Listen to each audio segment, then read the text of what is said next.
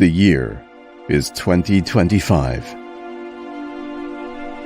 The COVID variants kept appearing. The vaccine and mask mandates never went away. Vaccine passports are now a reality. They murdered his parents. They wiped out his town. They cannot stop his judgment.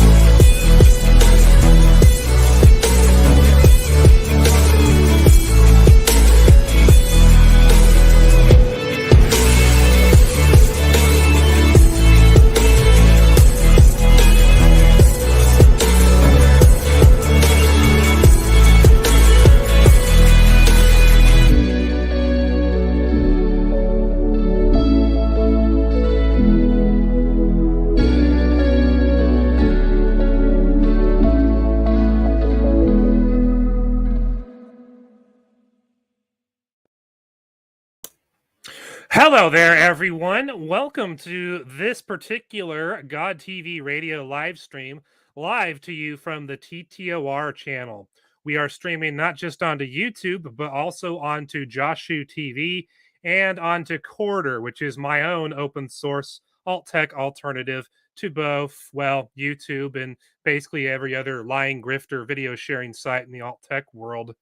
And as part of today's God TV radio live stream, I present to you Sal, who has a very interesting YouTube channel. I think it's called Evidence and Reasons.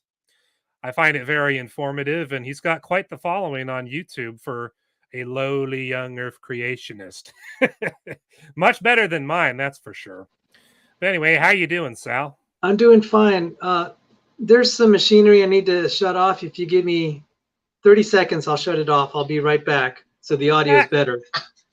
That's fine. That's fine. We got a couple hours to go anyway. Gives Ghostman some more time to show up. But anyway, so I was on Sal's live stream 2 nights ago talking about Kent Hovind and some of the stuff that I've been talking about him related to my channel and all the shenanigans of the whole Chris Jones Zaire situation. But as I said on that show, I was going to bring Sal onto this live stream and he was going to get the chance to extrapolate, talk more about something that he had mentioned in the past on God TV radio live streams, but never got a chance to fully flesh out. And that was exposing bad arguments in favor of young earth creationism that Kent Hovind makes in his ministry. And so that's what Sal is here to do today. And I think without Ghostman being here, we're going to let Sal go ahead and start his presentation on the topic. And if Ghostman shows up during it, he'll get his chance to talk about transgenderism after. And worst case scenario, if he doesn't show up, we'll just open up the room to whoever wants to talk and discuss about things. It'll be a pretty open floor at that point. So anyway, introduce yourself, Sal, and let her rip. I'm Salvador Cordova. I'm an independent molecular biophysics researcher. I'm a Christian. I'm a young earth creationist. I nearly left the Christian faith about 22 years ago. And it was through the study of science that I came back. And so when I first became a Christian, I was a theistic evolutionist. I then became a old earth creationist about 2 years later. And then for most of my life, I was an old earth creationist. So some of the names like Fuzz Rana and Hugh Ross, even though I no longer agree with their viewpoints about the chronology of the universe, they helped return me to the Christian faith.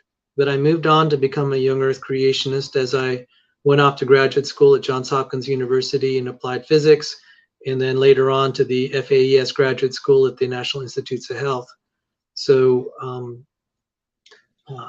I have 5 science degrees, and God willing, I'll have some more, because I feel that that's my mission in life, to be kind of the unsung servants in Christendom. We tend, unfortunately, I think pastors and missionaries tend to just kind of glorify their own profession, which is understandable.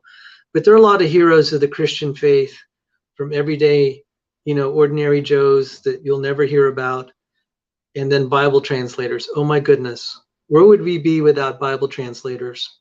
They're unsung heroes. And so the role of, for myself, is to help equip people. I kind of view myself as like trying to be like the role of the Bible translator, so to speak, just research. It's not preaching, it's research, and then, equipping people from kind of the scholarly perspective. So that's a little bit about my background. And how I got involved in all of this was, there's bad creationist arguments, and it's like, well, people say stupid stuff all the time, so do I let it go.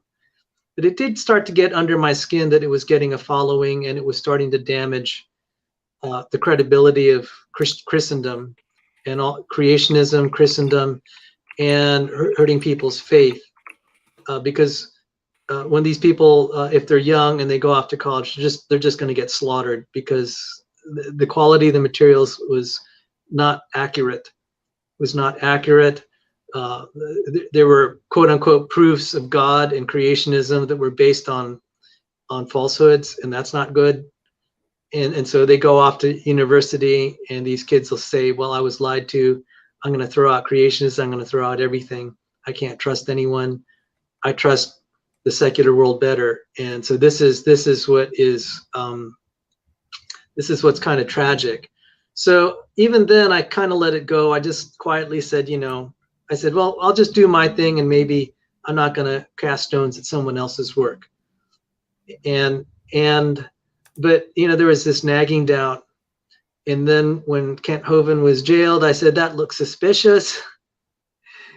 A convicted felon, and then his wife went to jail. I'm just like, it's not that hard to try to stay within the law.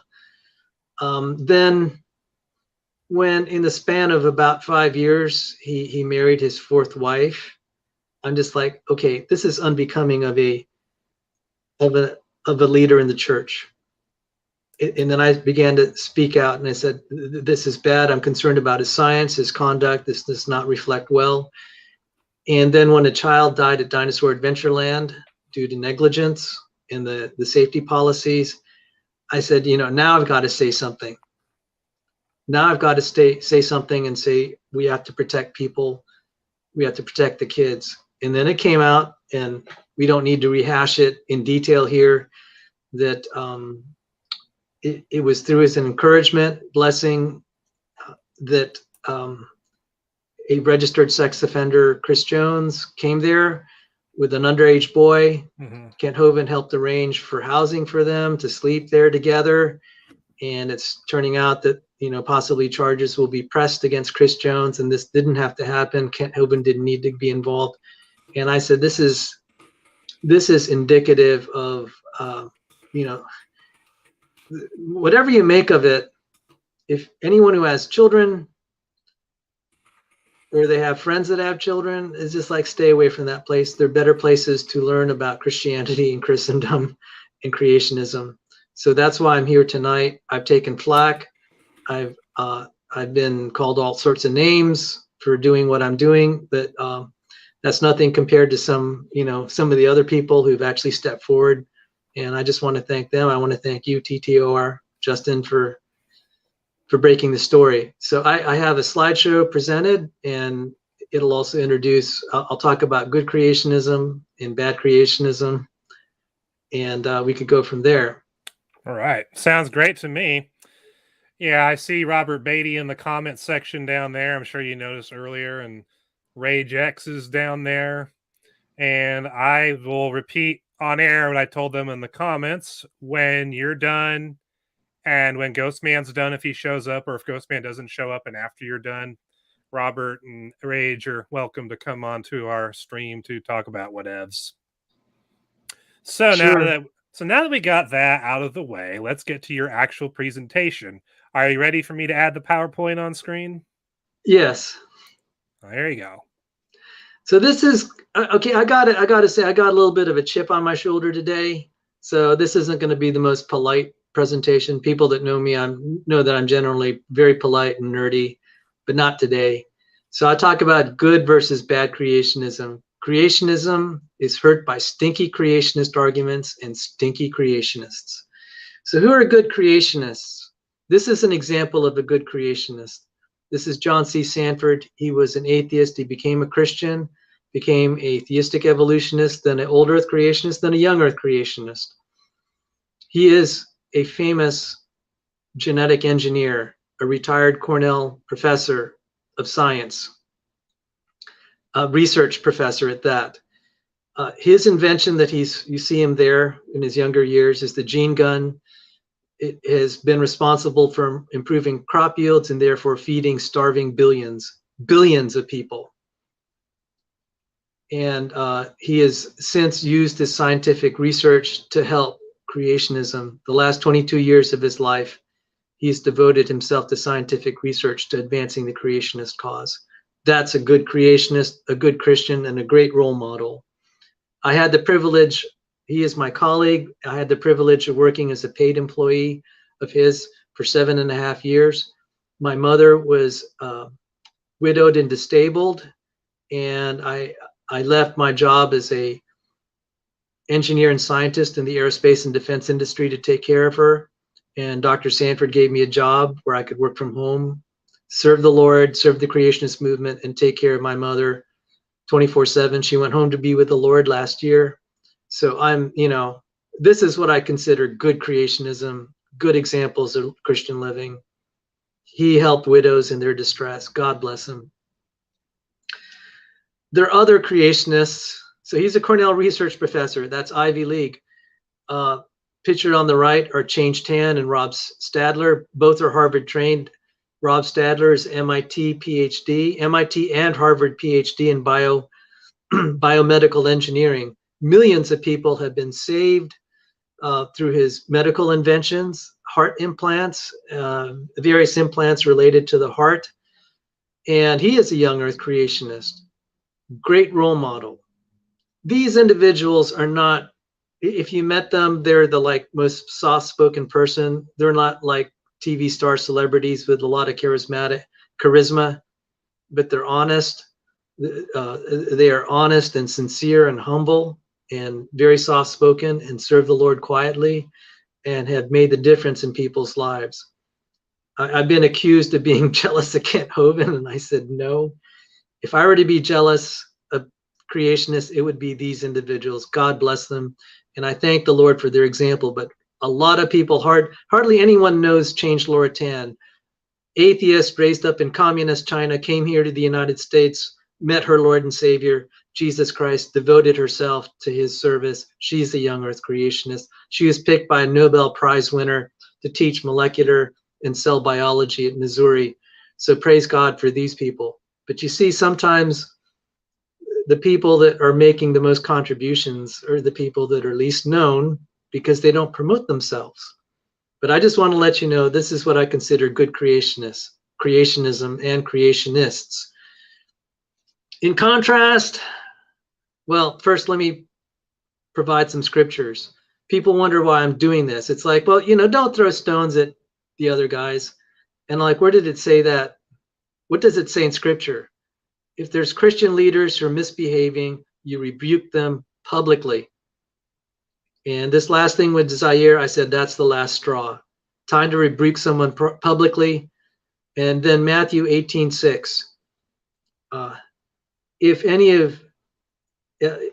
of you cause one of these little ones to stumble, it's better for a millstone to be hung around your neck and cast into the sea than cause these little ones to stumble. And so what I think is happening at Dinosaur Adventureland and what Kent Hovind is doing is causing little ones to stumble at so many levels. And part of that is the science we're giving them. And so if you have any comments, I'll just take a little breather here before I move forward. Oh, you're doing great so far. And yeah, I agree with you about calling out Christian leaders publicly. By the way, guys, while he was saying that, I looked up the actual verse, 1 Timothy 5:20. It doesn't specifically say teachers. It specifically says anyone who persists in sin. You do call them out publicly. And I think that's especially true if people are publicly doing stuff like this, then you should respond publicly. Yeah, and they're not absolved just because they quote unquote had so many more baptisms or conversions quote unquote to their credit. The other thing that bothers me about that, it's really God that saves souls, I think, and we don't want to rob him of the glory. I think we tend to take too much credit or give too much credit to human actions, and that's just kind of my policy. And it's also basically just playing a numbers game to virtue signal.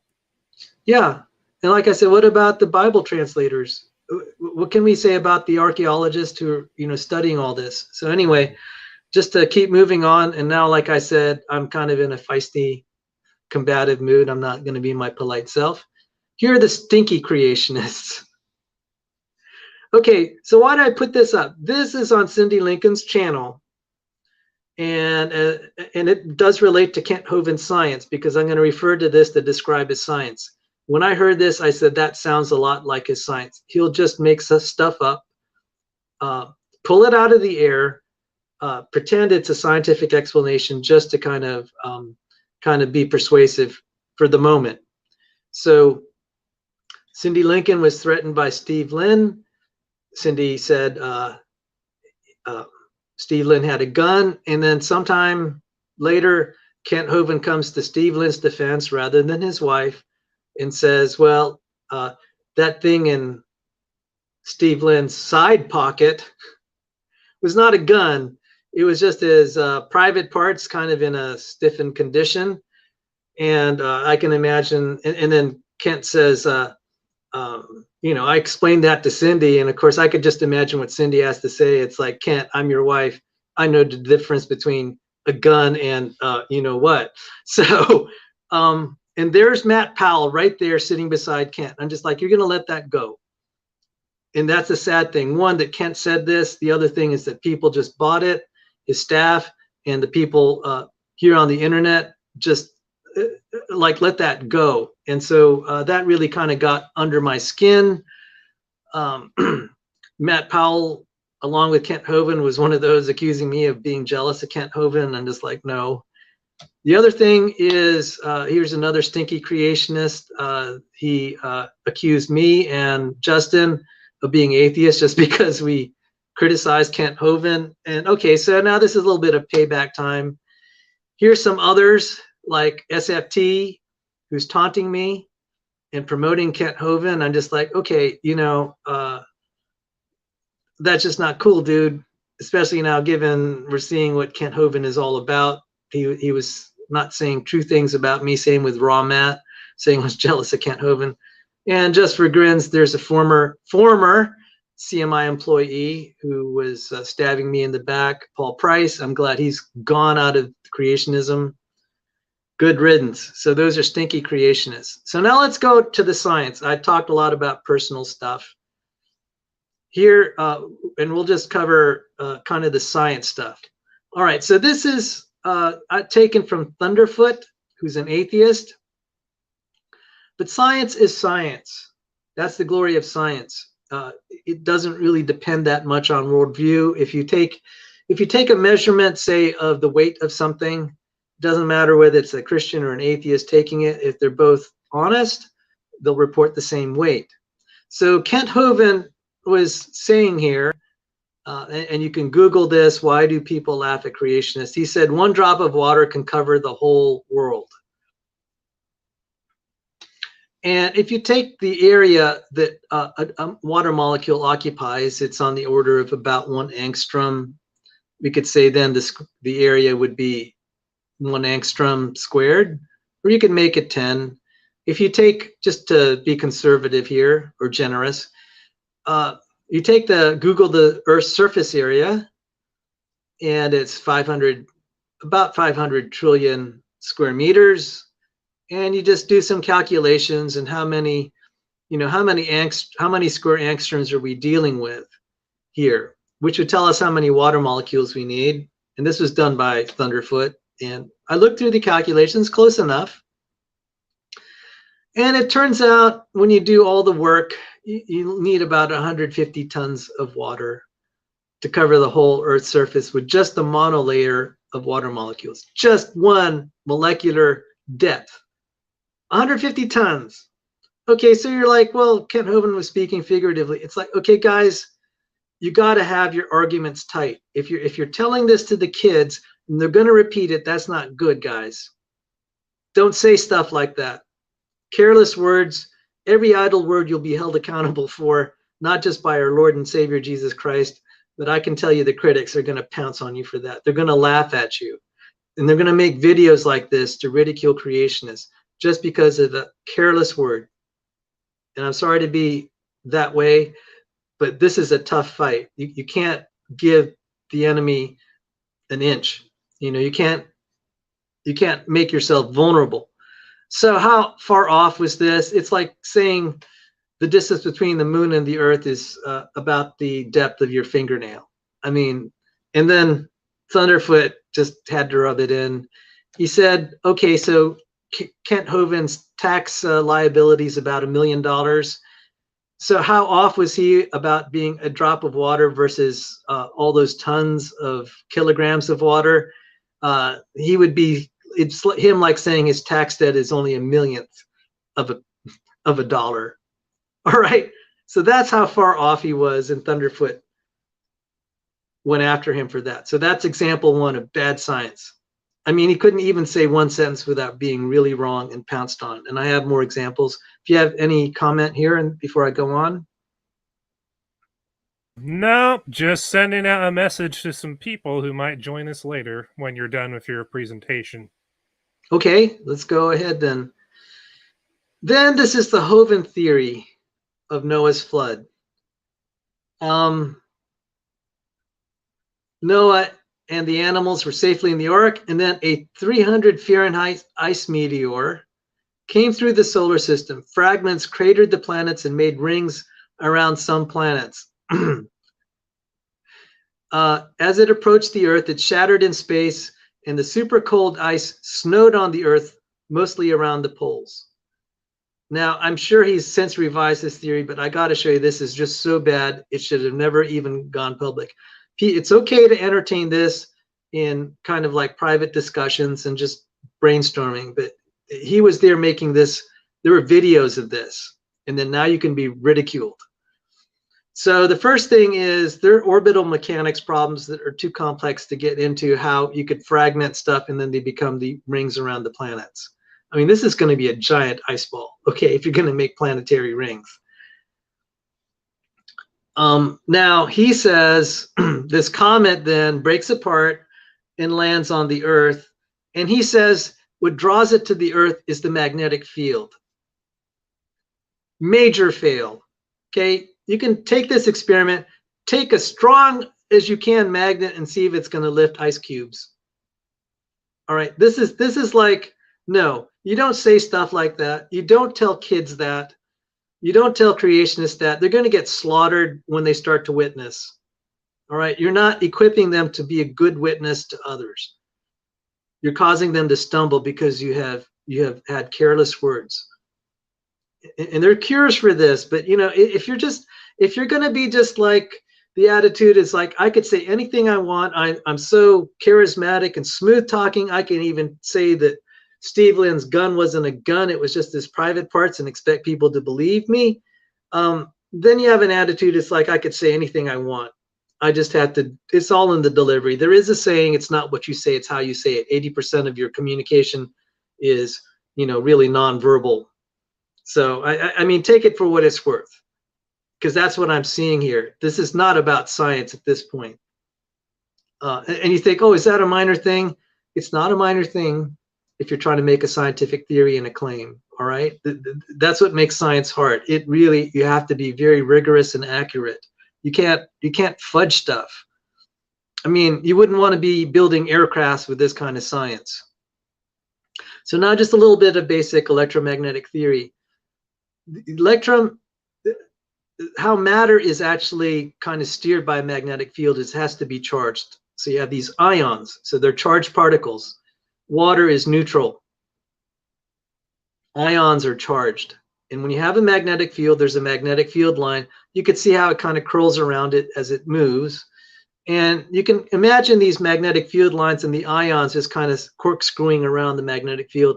And I believe, anyone can check me if I'm wrong, so I'm not going to insist this is right, that as it corkscrews into it, you can see how the magnetic fields will converge towards the poles.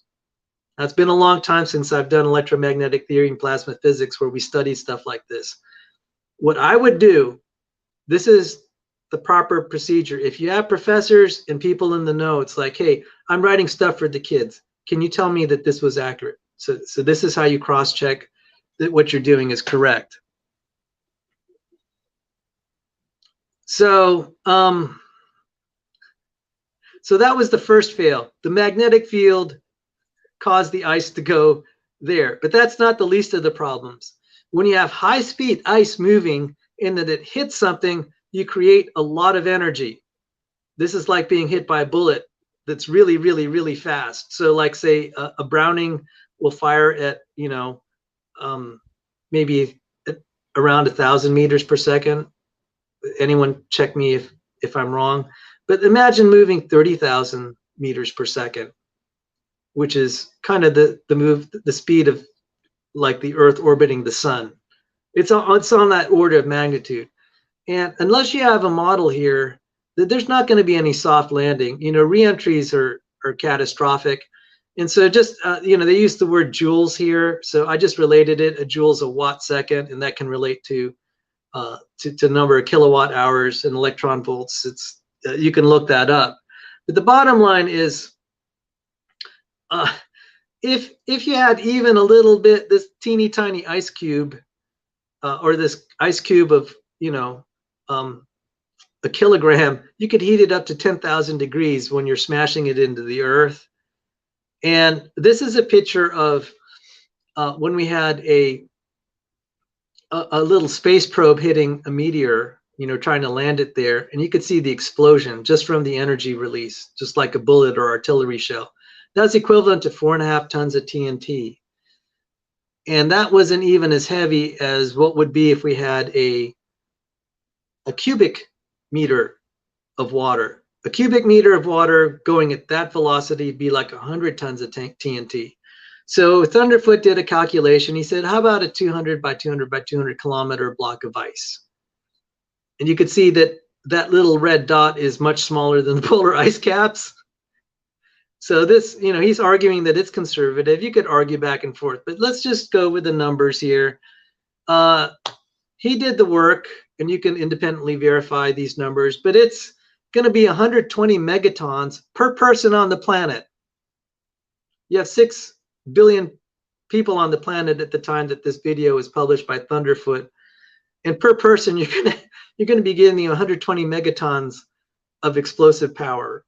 I mean, drowning would be the least of Noah's problems if this were the way Noah's flood came about. And for per person, I calculated it, and people can check the numbers. I calculated 6,000 Hiroshima bombs per person. So not only does this fail on the magnetic stuff, but just the mechanism. And just like, okay, this is like the explanation for Steve Lynn's gun. Just say stuff, make stuff up just to impress the people. Doesn't matter, about being rigorous and protecting the kids and making sure that they got the best stuff. Just to confirm, to echo these sentiments, this was in the New York Post.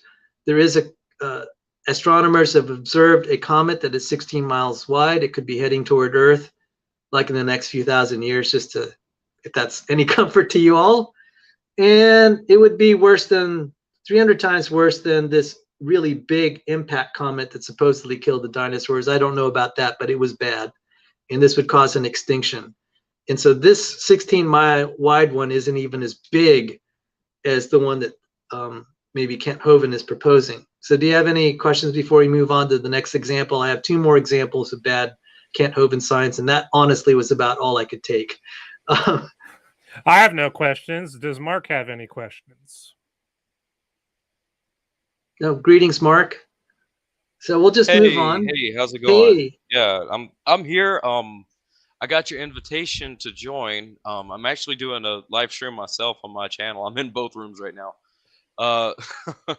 So yeah, what's going on? I see you guys are talking about some sciencey stuff. I'm not much of a scientist, but this is Sal giving some examples of bad arguments in favor of young Earth creationism that Kent Hovind has given in his ministry, and explaining why they're bad arguments.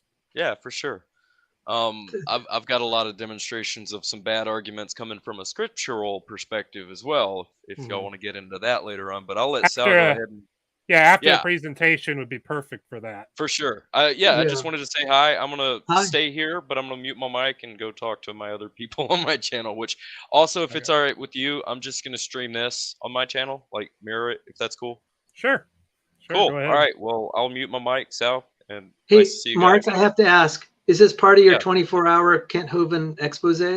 Yeah, every Saturday this is the 4th one I've done where I just open up a chat room from noon till midnight and people come and go and just, talk about whatever. And it's been kind of therapeutic for a lot of people to come in and just get it off their chest. And, I'm trying to welcome all comers as far as people from Kent's side too. But every time that one of them does come into the room, they just yell and scream and leave. So it's been difficult to manage all that, but I'd love to have more people conversing. So I think it'd be a Yeah. good deal, moving forward, especially after all this Kent Hovind stuff is over, where people can just come.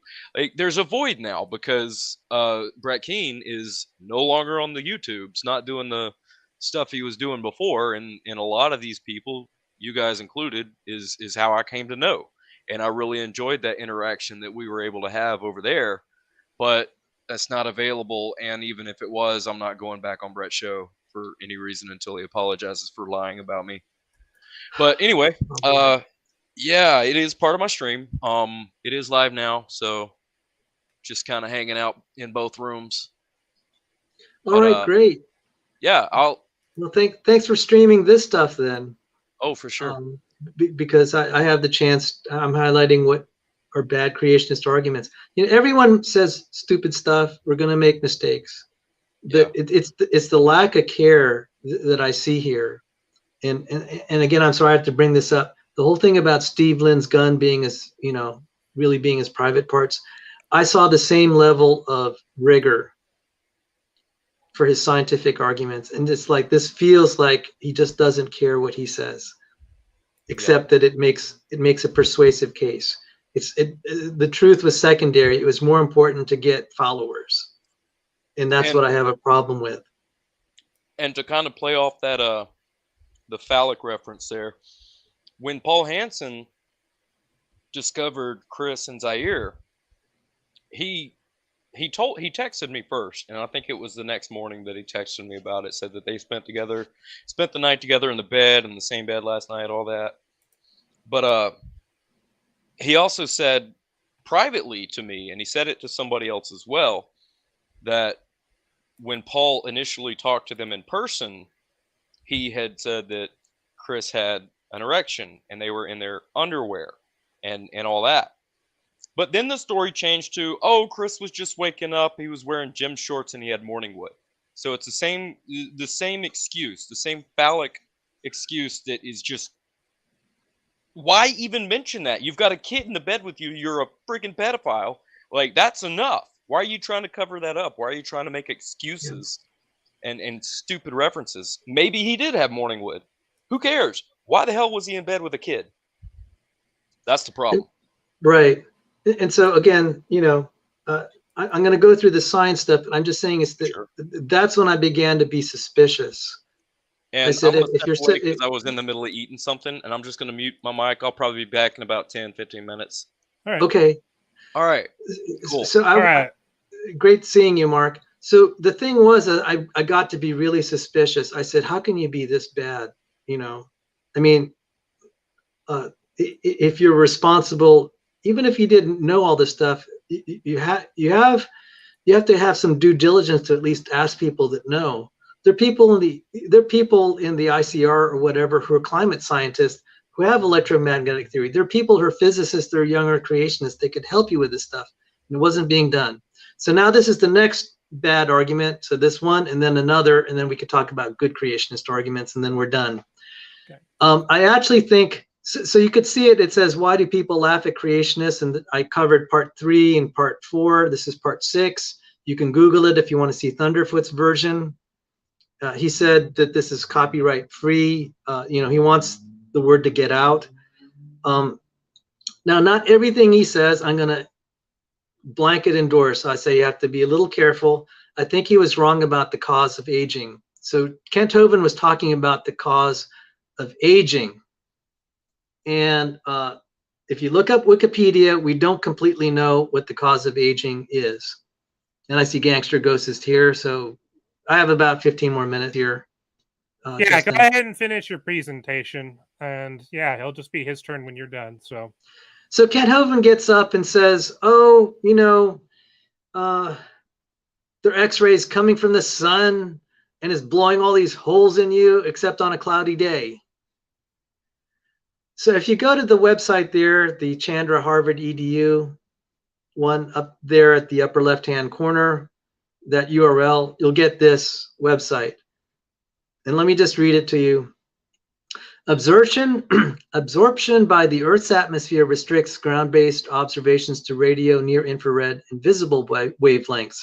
X-rays are absorbed high above the Earth in the following way. X-ray photons, tiny high-energy packets of electromagnetic radiation, are absorbed by encounters with individual atoms. Even though the atoms in the atmosphere are widely spaced, the total thickness of the atmosphere is large, and the total number of atoms is enormous. An X-ray photon passing through the atmosphere will encounter as many atoms as it would in passing through a 5 meter, that is 16 feet, thick wall of concrete. And Hovind is saying we're getting bombarded with all these X-rays and they're blasting holes in us, except on a cloudy day. This casts doubts on that claim. Secondly, technically it's not the sun's it's not X-rays from the sun. The sun generates these solar winds and these particles, they hit the atmosphere, then the X-rays are created. So even then he failed a little bit in that nuance. I'm just going to say, you're going to get killed. You teach this to young kids, they go off and study biology and they said, oh, Kent Hovind said that the cause of our aging is X-rays from the sun. All right, you're going to get slaughtered. And how many of these things are you going to go to that you've been raised on Kent Hovind, you go to university, and after you get shot down maybe 10, 20 times, you're going to say, I've been lied to, I give up on creationism, I give up on the Christian faith. Now, for me, I was raised, as I said, I was a theistic evolutionist. I was raised in a Roman Catholic home. I eventually became evangelical. I was raised with secular beliefs, and I matriculated through secular schools. So it didn't have quite the same effect on me. I became a creationist later in life, and you know, in some ways that's a little easier because I actually heard the other side first. And then I heard the creationist side from good creationists. But anyway, so this is, I'm just going to read this just for completeness. I'm sorry it's boring. So an X-ray hits, like say, an oxygen atom, and that's how the X-ray is kind of, the energy is kind of dissipated a little bit. And so the energy, what happens when an X-ray is absorbed in the atmosphere? The energy of the X-rays goes into tearing one of the electrons away from its orbit around the nucleus of a nitrogen or oxygen atom. The process is called photoelectric absorption because a photon is absorbed in the process of removing an electron from the atom. The high energy of the X-rays is necessary for photoelectric absorption to take place. X-ray telescopes in orbit above the Earth's atmosphere can collect X-rays from energetic sources billions of light years away. These cosmic X-rays are focused by barrel-shaped mirrors, etc., etc. But he's pointing out there's a reason. Let me just show this picture here. There's a reason we put X-ray telescopes up in space. It's because the atmosphere blocks the X-rays. So you're not being bombarded and having holes drilled into you by X-rays. And furthermore, Thunderfoot will make, yeah, this is, you can go to the Wikipedia entry, it'll say the same thing. The atmosphere blocks it. And Thunderfoot made the calculation. I said, what if you even have a cloudy day? Now, I'm not endorsing his calculation, but I'm pointing out the atmosphere is already like 16 feet of concrete. A thundercloud has about 4 inches of water. Okay, the minuscule effect of the 4 inches of water is not that much in comparison to the entire atmosphere that's equivalent to 16 feet of concrete. So Kent Hovind saying, you know, you're going to be saved if you're from the X-rays on a cloudy day. So one, I'm just saying there are not that many X-rays. Even a cloudy day is not going to help you that, you know, much protect you, even if there were X-rays coming down. And further, X-rays are not the cause of aging. We don't completely know. It is related to DNA being damaged in the process of replication. Now, UV rays can damage your skin and cause premature aging. Now, just FYI, I'm almost 60 years old, but I had made a commitment in my early 20s to avoid the sun as much as possible because I saw a dermatologist. So people that are exposed to the sun, we do know that they have faster signs of aging. So UVB rays are very bad. And ironically, there's a strange effect that we don't quite know that on some partially cloudy, not fully cloudy, partially cloudy days, the UVB rays could end up being more focused, and we don't know exactly why. And it may actually be worse. I saw a paper, if that's wrong, you know, maybe that's going to be overturned. But I'm just saying this whole thing about X-rays, you're just going to be slaughtered if you, okay, not just university, if you're trying to witness to people that actually know some of this stuff, scientifically, you're going to have a terrible witness, and you're going to be confronted at some point. This is not healthy. So let's move on. This is okay. I'm trying to put the titles here of where I got some of these videos, and I'm sorry, Cindy Lincoln. Cindy Lincoln called me one time or emailed me and said, "What do you think about my Science Center tours?" And people are criticizing me for them, like Dapper Dinosaur. That's a YouTube channel. I listened to Dapper Dinosaur. I said, "Cindy, I'm sorry to tell you this. He was right. What you were teaching at Dinosaur Adventureland is horrible. I'm sorry to break the news to you." Where did she get it from? Kent Hovind. Kent Hovind claims that there's a Loch Ness monster, therefore young Earth creationism is true. So there are a couple of problems with that. Let's grant that Loch Ness monster was real. A lot of evolutionists will say that's not going to make one iota of difference. So what? That there happens to be one dinosaur that escaped extinction. Does that prove young Earth creationism? And I said, see, Cindy, that's the first problem is even if you, I didn't tell her that, I'm telling her now. And this is also applies to Kent Hovind and all the Dinosaur Adventureland materials. This is supposedly in Seminar 3 of Kent Hovind. And so even if that were true, it doesn't prove young Earth creationism. The other thing is, what's the body of evidence that you have to show all this? You have maybe photographs that are, questionable, that they, some of them look okay, but it's not ironclad proof. You have witness testimony, how reliable is that? And then Cindy was referring to these things called ichthyostones that show pictures. I'm just like, Cindy, these are disputable claims. You need to start with claims that you need to try as much as possible to start with claims that everyone will agree with, even the evolutionists. So if you have any comment, then I'll show good creationist arguments. I was going to say, I think Dennis Miller or Dennis Swift, there's a young Earth creationist who is well known for his presentations on the ichthyostones. I was actually at the Seattle Creation Conference in 2016 where he came to speak, and he actually brought some replicas of the stones that he has in his collection. And he gave a really good presentation about them, but he also talked about how some are faked and some are real, and basically it takes a lot of work to figure out which ones are the real ones. So I'm going to grant that, let's say that it's unknown. That's the problem. That's the okay, so now this leads to good creationist arguments. Okay, first of all, Creation Ministries International has this whole thing about their interaction with Kent Hovind. It has a whole, you can look at it here. This is just a screenshot, but the whole website, the whole URL has just a really long list of bad creationist arguments, or arguments they think you shouldn't use. Some of them I don't think are quite that bad, but a lot of them are bad. And I don't know how this involved Kent Hovind. So I'm just going to leave it at that. So there is a list there, and I think it's not I think it's a pretty good list. I wouldn't necessarily agree with every point, but I think it's for the most part going to be better at equipping you what not to say. So what are good creationist arguments? The best ones are where you have the most facts that are not going to be in dispute. So like with the ichthyostones and the Loch Ness monster, people are going to challenge you on that. But we know about the cells. I can take this down now. Yep, that's the end of my show. Let me, if you could remove that, thank you. Let me just share this and where this was headed. A young man named Matt Bilyeu was raised in a Christian home, and in his high school years, he renounced his faith, became an atheist. He went off to school to college to study biology.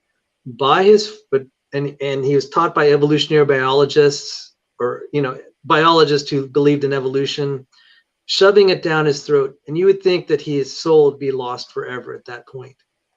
But by his senior years, he contemplated the complexity of the cell, specifically the cell membrane. He said, everything my professors told me was not true. Only God could have made something this complex. Shortly thereafter, He rededicated his life to his Lord and Savior, Jesus Christ, got married, went to seminary or whatever order that was, and that is now a defender of the Christian faith. Why am I pointing this out? It says in Romans that we know about his divine nature, his eternal power through the things that are made. We understand the invisible, and that held true in Matt Bilyeu's life. Fuzz Rana, who's an old earth creationist, and I'm praying that he'll come on our side. Similar story, not raised in a Christian home. He's in graduate school. I think he was a postdoctoral fellow, got his PhD. He's studying the cell membrane, and he came to the same conclusion. He said everything that the scientists have been saying, that we figured out the origin of life and its trajectory, he said that's false. Only God could have made this. That led to his conversion to Christianity. So why am I pointing this out? The facts are stronger than, our ability. We're just the messengers. We don't have to make up stuff to make good arguments. But it's not, again, think how hard it is to study what the cell membrane is and its function and structure. It'll take a little bit. It may bore you to tears, but if you spend a day studying it, you might come away. If you're open, you might actually see this for yourself. Because if people who were evolutionists, who are not even believers, just simply study the facts, they get it. It's enough. And that's why I say just go with facts that even you can get out of textbooks that everyone will agree with. Both, if you can get agreement on what is factual between creationists and evolutionists, then that's probably a good starting point. And that was the cell, the structure of the cell. You'll at least come away with this being an old earth creationist. I will say this, young earth creationism from a scientific standpoint is very challenging. I'm a professional researcher in this. It's very easy to tear down the evolutionists about abiogenesis, about evolutionary theory, specifically with eukaryotic components. Once you start talking about the age of the earth, it starts to get challenging. It's not a piece of cake. So I say intelligent design is easy. Refuting abiogenesis is really easy. Young earth creationism is hard. But I will say this, wait on the Lord. Wait on the Lord. For maybe a couple millennia, people were wondering, well, are the scriptures just kind of made up? And have they been handed down to us accurately? Were they tampered with? And then we had this Dead Sea Scrolls. And then in my time, shortly after I became a Christian, I was reading the book of Nehemiah, and I'm like, that's interesting. Well, in the last 15 years, we found Nehemiah's wall. And then now we found Joshua's altar. And then all these genetic things that I mentioned Dr. Sanford earlier in the video.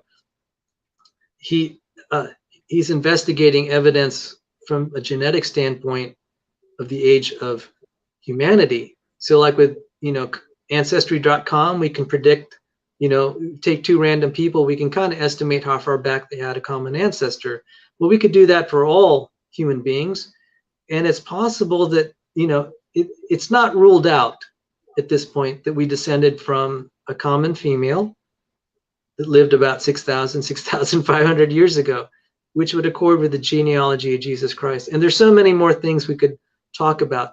I will point out, 35 years ago, the evolutionists were making claims and we were beaten down with something called, with nylon bacteria. They said it's so easy to evolve a new protein. In fact, there was an article by the National Center for Selling Evolution, the NCSE, actually Science Education. Anyway, they wrote an article, New Proteins Without God's Help, and they were beating us over the head. Well, 35 years later, we got the data to conclusively blow that out of the water. But you see, how long did we have to wait for God to bring deliverance? It's just like, the children of Israel out there for 40 years being cleansed. And, the kids were just too small to be fighting and God had to cleanse them. 40 years later, they're ready to fight and win that war. And I'm saying, not every battle is yet given to us to win today. We have to wait on the Lord, but we have a lot of victories already. So I'm just saying, just be careful. Don't be too eager to solve every outstanding problem in the young earth creationist model. wait on the Lord. I can tell you that the other side has a lot to worry about. So thank you very much for hearing me out this evening, and God bless you. Thank you very much, Sal. I very much appreciate your presentation.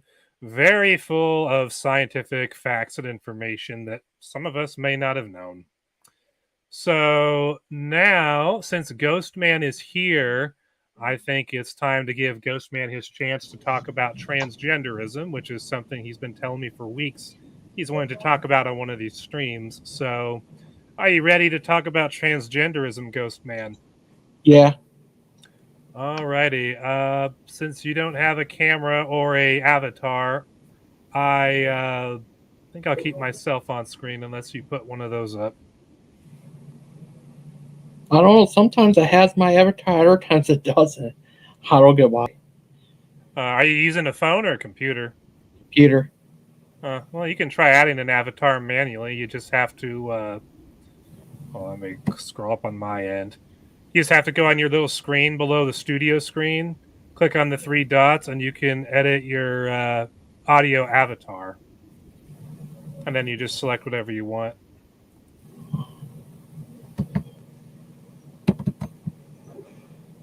Hey, Ghostman, how's it going? All right. How are you, Mark? Doing all right. Good. How are you, Sal? I'm okay. I might mute off a little bit and get something to drink. I'll just be wandering and listening to the show. I'm not going to abandon you guys. Okay. And hi to Cindy Lincoln. Thank you for coming out, Cindy. Nice to see you. Oh, is Cindy out there? She's welcome to join the room if she wants. Okay. Just so she knows. Cindy, where are you? No pressure. Okay, so you got your avatar going there. There you go. All right, that's much better. There, take my spot. Yeah. Thanks to Ghost. Yeah. About transgenderism, a lot of people say try to deny that it's a mental disorder. Where they changed the word transgender to mean a broader term for transsexual, that the people have GD, and cross-dressers and gender nonconformist people. That's what they changed it to me. Like they said, anyone whose gender expression doesn't match their gender, I guess, the one they're assigned at birth, I guess. That's what they mean about transgender now. Maybe, sorry to interrupt. Maybe you could start off by explaining to us the difference between gender and biological sex, if there is any.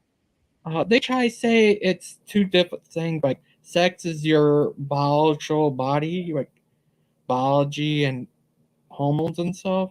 Well, gender is what you think you are, I think, what you identify as. That's what they say. Like they say it's kind of weird. They say a male could be a woman, and female could be a man. That's what they said. It's that kind of weird. But it's kind of crazy. They use stuff like here's these old scans of a transgender brain, where make it look like they have a brain more common with the other gender. But that doesn't really prove anything in the first place, because there are mentally handicapped people, not all but some, who have actual brain of a child. That's where that R word came from. It meant their brain stopped developing and stuff. Yeah, the term they have for it today is developmental disability.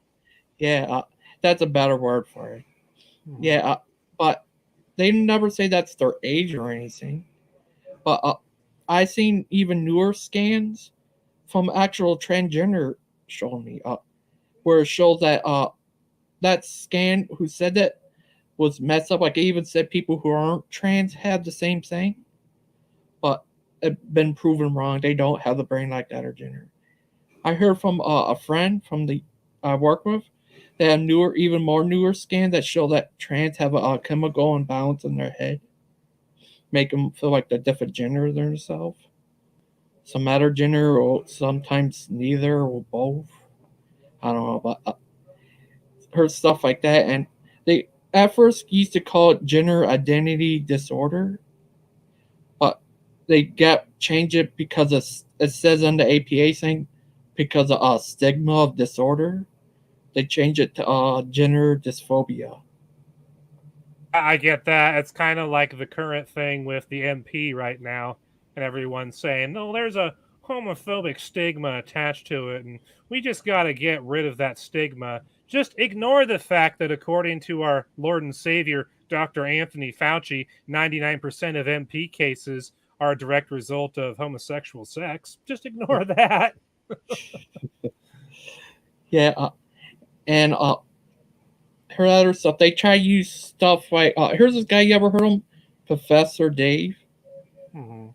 He's not as worse as the other one. He believes that gender is real, but he thinks that your brain is your gender and your body is your sex.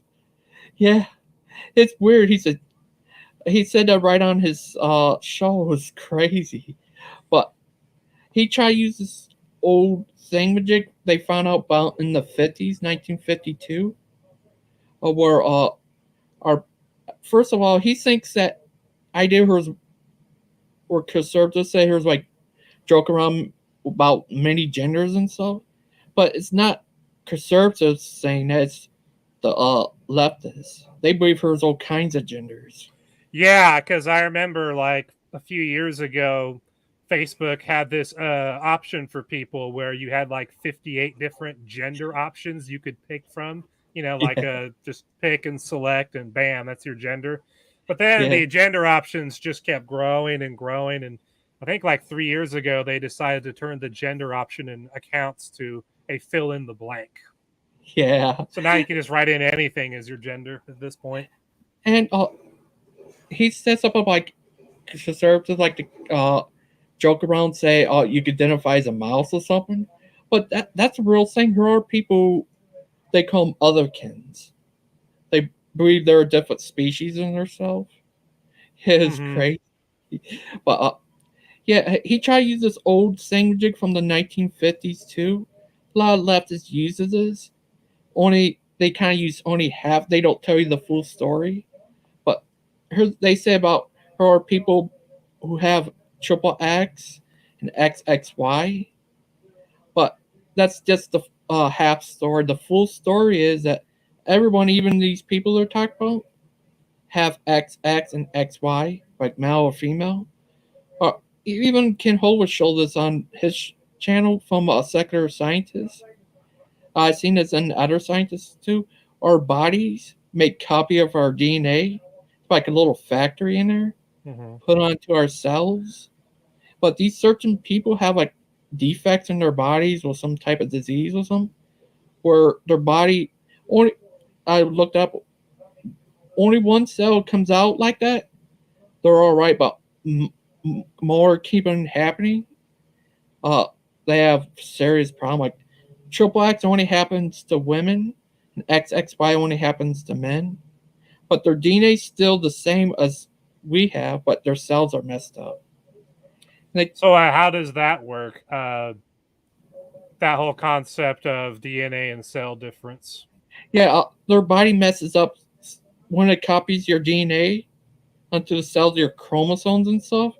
Sometimes these certain people who have a defect in their body have like a woman gets XX and a man gets XXY.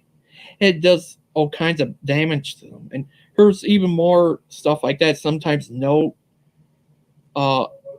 chromosomes goes on there and stuff is messed up, and they they have mental problems. They can't have kids and all kinds of problems. They can't use that like an intergender or something, but are there any studies that you have on hand that can support that? Well, yeah, I looked take it your up. Time. You can pull one or two up. I mean, it would be nice to show one on screen, because there are some people who will hear you say these things and think that you're just being a hateful prick. But the truth of the matter is that if you have a study on your side, or 2 or 10, then it's not just your opinion. Disease. How you spell So disease? yeah. Okay, hold on. Let me type it out. Disease. Yeah, it's DISEASE. E-A.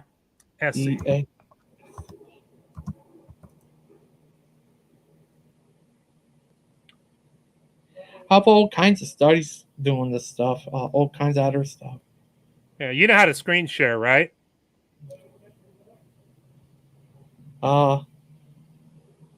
Here. If you don't, just send me the link and I'll screen share it. Okay, I'll send you the link. You can send it in a private chat. Here's a thing called triple X. I can pronounce system. All right, let me screen share that for you. Okay. It's just these people just have messed up cells. All right, let's Their try DNA. this. Can you see that on screen? Yeah. Okay, good. So keep talking about this, and I'll just show it off. Yeah, it talks about the triple X happens to women where they have all kinds of problems and they can't have kids and stuff. Yeah, it's been a long time. What? Apparently, seizures are a thing too in that rare circumstance. Yeah, and it's been a long time since I read it. All kinds of problems, and they have weakness. I think it's been a long time since I read it. Well, you got it here on screen. You can certainly refresh yourself while you're explaining it. Yeah, where many girls and women with triple X, I can pronounce syndrome, don't experience symptoms or have only mild symptoms, and others' symptoms may be more opponent, possibly including develop dyslexia and learning disabilities, seizures, developmental delays and learning disabilities. Yeah, seizures and kidney problems. Or in a small number of girls and women with triple X. Treatment for such development in each system, if any, are percent. And so, yeah, it talks about what happens in the cell. Do you want me to read out loud some of these parts? All right. Yeah. Treatment for triple X syndrome depends on which symptoms, if any, are present and their severity. Signs and symptoms can vary greatly among girls and women with triple X syndrome. Many experience no noticeable effects or have only mild symptoms. Being taller than average height is the most typical physical feature. Most females with triple X syndrome experience normal sexual development and have the ability to become pregnant. Some girls and women with triple X syndrome have intelligence in the normal range, but possibly slightly lower when compared with siblings. Others may have intellectual disabilities and sometimes may have behavioral problems. Occasionally, significant symptoms may occur, which vary among individuals. These signs and symptoms may show up as delayed development of speech and language skills, as well as motor skills such as sitting up and walking, learning disabilities such as difficulty of reading, understanding, or math, behavioral problems such as ADHD or symptoms of autism, psychological problems such as anxiety and depression, problems with fine and gross motor skills, memory, judgment, and information processing. Sometimes females with triple X syndrome have these signs and symptoms. Vertical folds of skin that cover the inner corners of the eyes, widely spaced eyes, curved pinky fingers, flat feet, breastbone with an inward bowed shape, weak muscle tone, seizures, problems with the kidneys, ovaries that don't work properly at a young age, premature ovarian failure. If you're concerned about any signs or symptoms, make an appointment to talk with your family health care provider or pediatrician who can help determine the cause and suggest appropriate action. Although triple X syndrome is genetic, it's usually not inherited. It's due to a random genetic error. Yep. Mutations are a thing, ladies and gentlemen. Yeah, it happens in your cells and stuff. Mm-hmm. Messed up like that. I sent the other one to you about the men. What happened to men? Oh, okay. Or- Well, there's another one. Well, let me see what I can do with this. Oh. Pop-up ads. I hate them. Oh boy, this one's not so easy and fun to read. Sorry. Especially if it's formatting. So this is the male version of it, you said? Yeah, the XXY. It's called the Klinefelter syndrome. Am I saying that right? Yeah. I see. Oh, there's chatty streams. Well, there we go. Anywho, let me get that on the screen for you. Wait, share. Where are you, screen share? Where are you, screen share? Boom, boom, boom, boom. Okay, here's what he's talking about. From NORD, the Rare Disease Database, the 47,000XXY, Klinefelter syndrome. So you said this is basically the same thing as the other one, but for males? Yeah. Maybe you can They try- summarize it. They try to use it attack gender, but this stuff just happens with the cells. We read other places where it says only one cell gets through like that. They're all right, but more and more happens. What you read happens where they have all kinds of problems, and sometimes it can get pregnant, but not always, and stuff like that.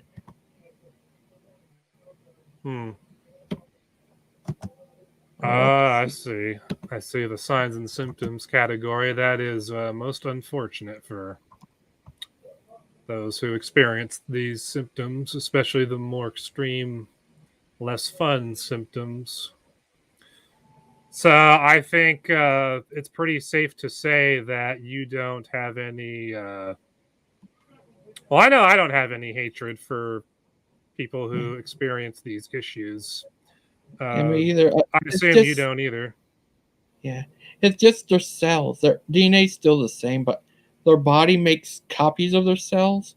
I've seen that on Ken Hovind thing, the secular scientist he had on there, where it makes copy of your body's DNA to put onto cells. It goes on there and stuff. But it's just your cell. Your DNA is still the same. They're still male or female. Yeah, and here's other stuff they try to use to deny gender, or here's other type of intergenders, like people born with extra body part. Like here's the girls born with extra part that resemble the male part. That actually goes into something I was going to say when you were done, but there are rare situations where people are born with the genital parts of both sexes. Yeah. And in that case, in that rare instance, I actually don't blame at all that person if they decide, you know what, I want to be a male, hack off the female parts, or I want to be a female, hack off the male parts. I think in that situation where you're born with both parts through, no fault of your own, Yeah, I but think at that point you should have some freedom to decide what you want to be, because it's like you got the parts for both, and being both isn't exactly healthy for your mentality. So if you want to pick either one, I'm fine with that. What happens there is like her girls form with extra part like a man, but a lot of times they have to get rid of it to save the baby's life. It resembles the male part, but it's radically different. The male's little I'm not sure when the male born with extra part that resembles the female part. I'm not sure. I didn't read much about that, but I think the female part, they have to get when the female have it, the extra part like the male's genitals, they have to get rid of it to save the baby's life. A lot of times, but it's just a birth defect, no different than people born with tails. You ever heard of people born with that? Wait, born with what? Born with a tail. Oh, like an actual tail? Yeah, like a guy in India. Here's this kid born India. They believe he's the reincarnation of their monkey god. Like the Monkey King from Forbidden Kingdom? It was something like that. I'm not sure. seen on the news before? This boy born with a monkey tail, and they think he's the incarnation of the monkey god. Hmm. Is that crazy? There was all kinds of birth defects, like people born with scales, or born with horns. This one defect is very rare. Only 50 people have it. Where they're born with thing where they have hair over their face. They call it Wolfman syndrome. Yeah, I think I've heard of that before. Yeah, there are all kinds of birth defects, but they don't normally call someone like interspecies or anything. Something like that. Well, I'm sure that'll come in the future too. And here's people born with all kinds of defects. Like here's this guy born with here's kinds of people born with this. Like you ever heard of Kid Rock? Kid Rock? Yeah. Vaguely.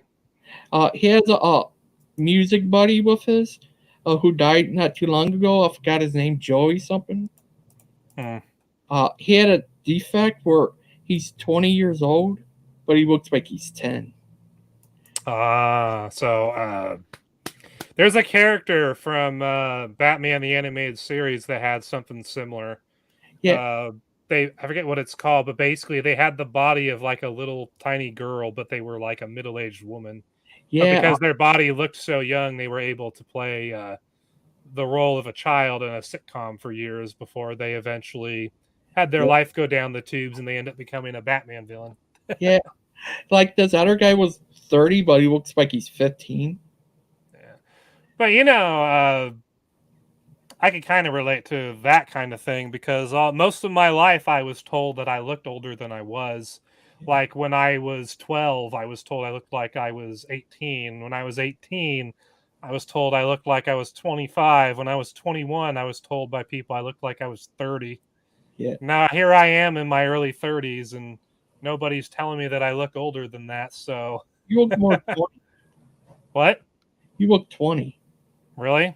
Yeah. Well, I'm starting to gray right here on my temple hairs, but yeah, I think I'm starting to have that reverse aging thing. Well, at least until my hair goes gray, you know, in like 8 years. Yeah. But they normally don't call these people inner age or anything. But they like to have both ways. Like here's a birth defect they make it something else. Like intergenderism. They like to have it both ways. Like, what do you think? Yeah, I don't really know. I'm just typing a comment to Robert Beatty. But anyways, here's the other stuff. Like, they try to say, here's cases where boys like to play with dolls. But I actually looked that up. Here's group of studies. I don't think it's really that big a deal because when I was growing up as a kid, I would play with my sister's Barbie dolls as well as my Dragon Ball Z action figures because I had a bigger cast of characters to let my imagination run wild with. So they try to use that to say gender is a social contract. Oh, construct. Yeah. That's that ain't true. At least not in the way that they think.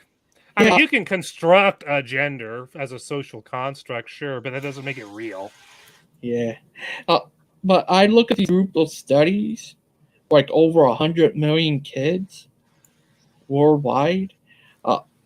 They did studies 97% of the time. They play with gender certain toys.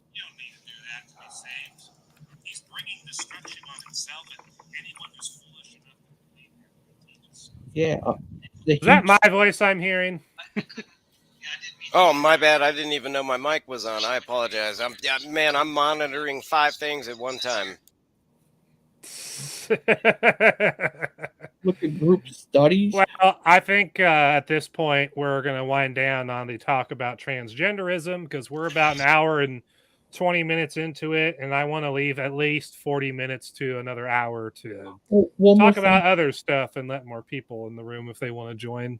Well, that'd be quite awesome. I'm actually not interested in the transgenderism. Although I will say that one of the most curiosities that I've ever had was, I mean, legitimate for years, is I've kind of wanted to meet a legitimate born hermaphrodite, just because I think of how rarity it is to actually meet a legitimate born hermaphrodite.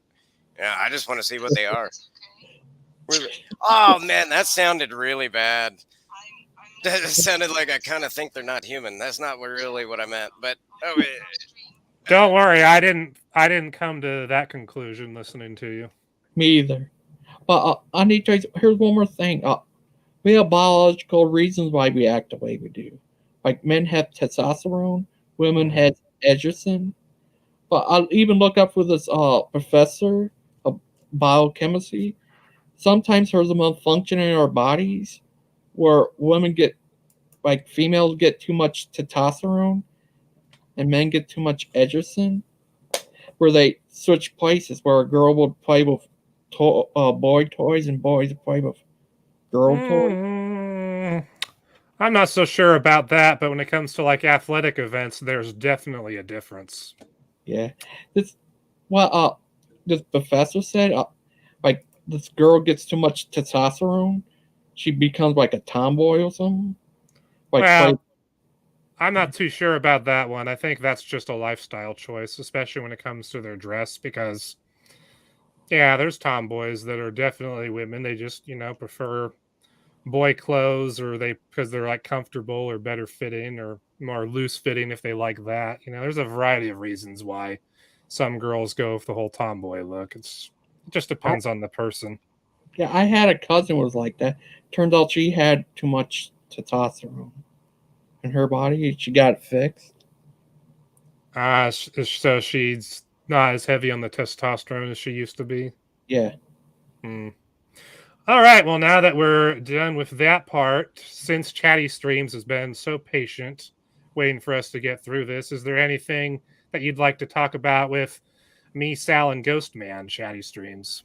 Well, I tell you what, 100% honestly, I've never legitimately seen your show other than just clips, and I've heard a bunch of you by all means, monitoring and everything and whatnot. So, and fixing Mark Stoney's channel, and I kind of, I'm the IT guy, so, but yeah, I don't know anything and everything. I don't know what you talk about 100% honestly. So, other than with I know Mark is stuck like Chuck on the Kent Hovind ordeal, so. So wait, you're Mark Stoney's tech guy, or you're just a tech guy in general? No, I'm a tech guy in general. Helped Mark, start the YouTube streams and whatnot, get it going. So you helped him set up his 24/7 streams. Oh yeah, and I mean, I constantly maintain it and whatnot too. I mean, I'm always having to do something. So, how long have you been into tech? Years and years. I built my first computer when I was 11 years old, I guess. So I built my first computer a month before the Pentium 3 1 gigahertz was released. I see. That's very interesting. Do you just dabble around with mainstream tech stuff like YouTube and social media and whatnot, or do you explore alternatives too? Well, I'm more of kind of an security and defense technology. So, like protection from hacks and DDoSes? No. Oh. Not even computers. Well, computers run everything. Oh, are you more like security, like for businesses and whatnot, like installing security systems, cameras, that kind of stuff? Oh no. What Chatty Streams is just a streaming company and everything, and I'm an IT guy for I'm a network administrator. I'm a network IT administrator. Oh, so what is Chatty Streams? Is it just a streaming service? Chatty Streams is a platform. As a matter of fact, it's set. It's a rebranding of multiple businesses is what's kind of going on. That's why the logo's the same. Like if you could see my logo that says "The Story Behind" by Chatty Streams, you know, that's actually a legitimate secondary business, or it's not even a business. Well, I mean, it is a business, but it's not for profit. It's open source. So, but it's going to utilize each individual platform. And it was too big. The way it was set up is it was too big, as a matter of fact, or got too big to be maintained with the equipment that it was originally set up for. So they'd have to shut it down to redo it all, anyways. So, and plus relicensing for, you know, not just like a Creative Commons licensing or anything like that. They'd have to legitimate, you know, like Pandora style licensing for music and whatnot. It got too big and went too far. So, but anyways, what it's going to be is my ideology behind The Story Behind, which was my idea in the first place years ago. Is you post a picture like Instagram is a perfect example. Instagram allows you 2,200 keywords. I mean, 2,200 characters for your picture description. If you post a picture, all right, say you're flipping through an old photo album and whatnot, you know, because I'm a little bit older than, you know, I've had real photographs in my hands and photo albums. So anyways, if you're flipping through a photo album, a photo book and whatnot, and you grab that photo and you just start laughing and nobody else knows what the hell you're talking about, and they, you know, you have to explain that story. What's the story behind that picture? They say a picture is worth 1,000 words, but at the same time, I guarantee you that if you really think and recollect, all right, and take back all your memory and whatnot and think back as far back as you can go, I guarantee that you'll actually come to the epiphany that you've legitimately wondered and been more curious about more photographs than you have actually, more photographs that you didn't take or were a part of than, you know, have described 1,000 words. You know, even if pictures are worth 1,000 words, you see a picture and you see just bum faces and whatnot, you're like, man, they had a bad day. And then you sit there and you wait for a second and you're like, wait a minute, what was that bad day? Well, that's the whole point. Whoever knows that story is supposed to post that picture and be like, now check this out. This is the story behind this, you know. And it's just a click share is all it is. It's just, you know, showing cool pictures, and it's better than memes. It's more for book readers and whatnot. I'm an intellectual myself, so I'm a little bit gifted in technology. I could say that, but I'm more of a weapons and defense systems kind of guy. So the whole you know, ideology behind Chatty Streams is going to be several streams, and I'm going to be more of a radio show host. And you know, I've done radio show, I've done MC work for a minor league professional but minor league football team, and you know, Springfield Wolfpack. I've been a radio DJ as well for the Springfield Wolfpack. Even that's kind of the only reason I took that. But you know, I mean, I've got the gift of gab, and I've got great social engineering skills, and at the same time, you know, I try to have a decent etiquette, and I try, like I said, to have an intellectual conversation. But at the same time, I haven't really gotten to speak to a whole lot of people. I've had no friends, no family, no nothing. So anytime I get the opportunity to actually speak to a real life person instead of a freaking computer or typing in code or anything like that, you know, I kind of get sidetracked a little bit. So whenever you ask me, what do I want to talk about? I want to talk about anything and everything. And that's what Chatty Streams is. It's just anything and everything. We could be playing video games. There could be I could have a stream going on Twitch with a video game. All right. And hopefully not me playing it. I'm not saying I don't like video games, but man, I can't sit still like that. So for a long time, you know, but chatting, if I got somebody to chat with, you know, I mean, video games kind of get like boring to me. If I got some intellectual conversation here, somebody that actually speaks back, you know, an actual intellectual human being, oh my gosh, man, I'm telling you. Have you lived a mostly isolated life like this for a while, or was this more of a last 2 years kind of thing?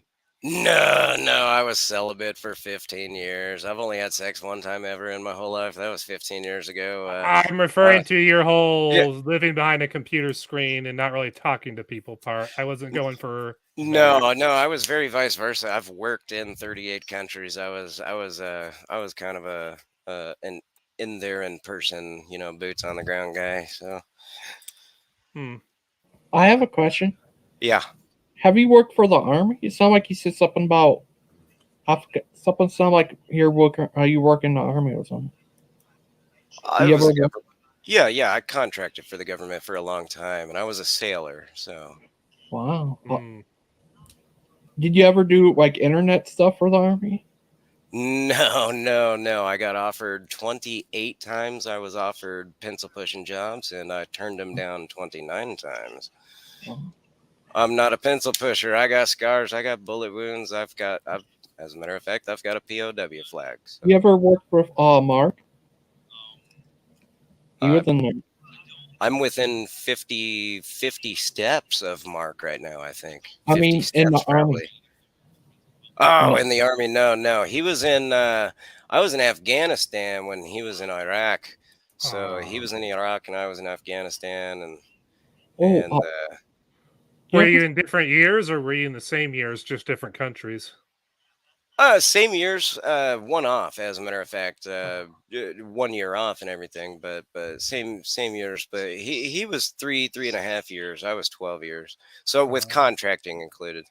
So with contracting, I was 12 years. I see. Very nice.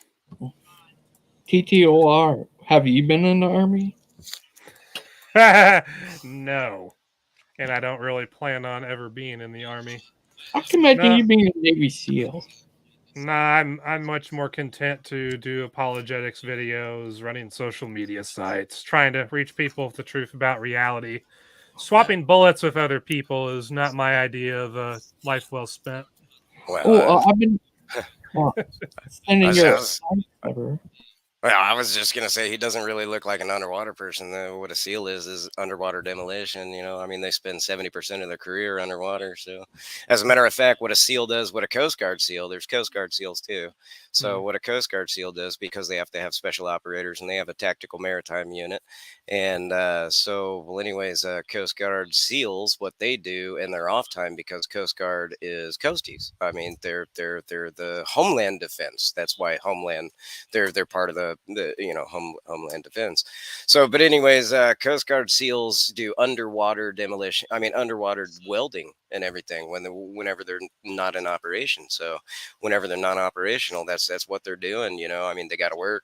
If you don't work, you don't eat. That's Exactly. it. Mark's favorite Kent Hovind saying right there. Well, it's not just a Kent Hovind saying though. It's just a basic fact. Yeah. It really is. So, yeah.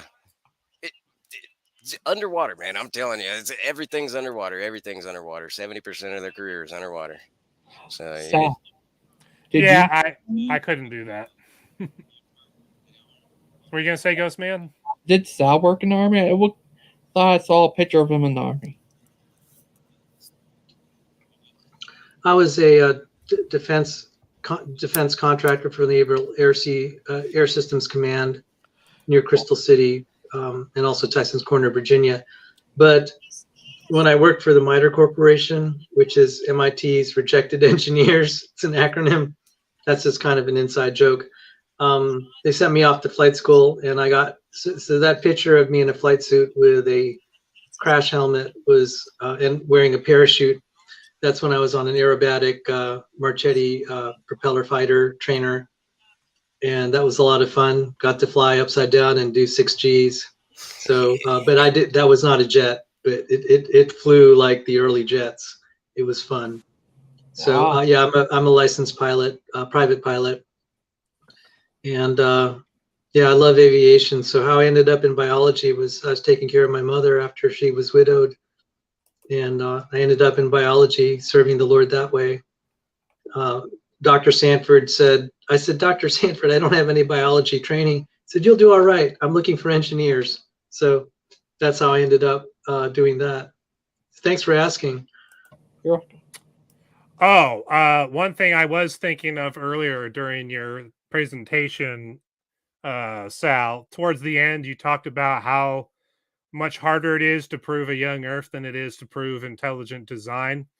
And I was going to add my 2 cents on that. I think the primary reason why that's true is because the age of the Earth is not actually a scientific question or claim, if you think about it. It's really a historical claim. So while you can find evidence in science that can support the idea of a 6,000-year-old Earth and universe, I think it's a lot easier to prove through the field of knowledge called history that the earth is young. And that's where the Genesis genealogies and time spans provided in the Torah become so important, is because it gives you that information that starts at the beginning and goes all the way through a point in time that we know is fixed, which is the 4th year of King Solomon's reign.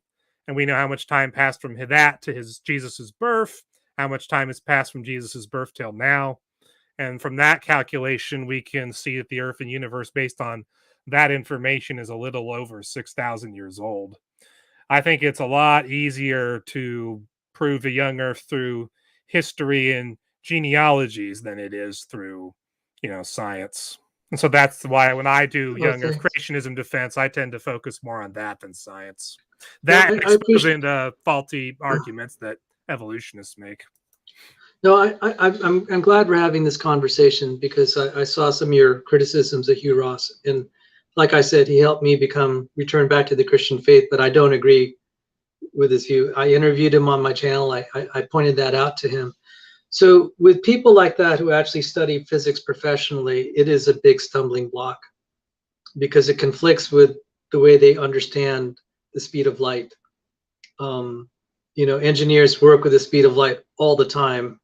And so it's not so much that they're influenced by, let's say, a godless worldview. These are legitimate problems that they're going to wrestle with, and it's the distant starlight problem. And so they're,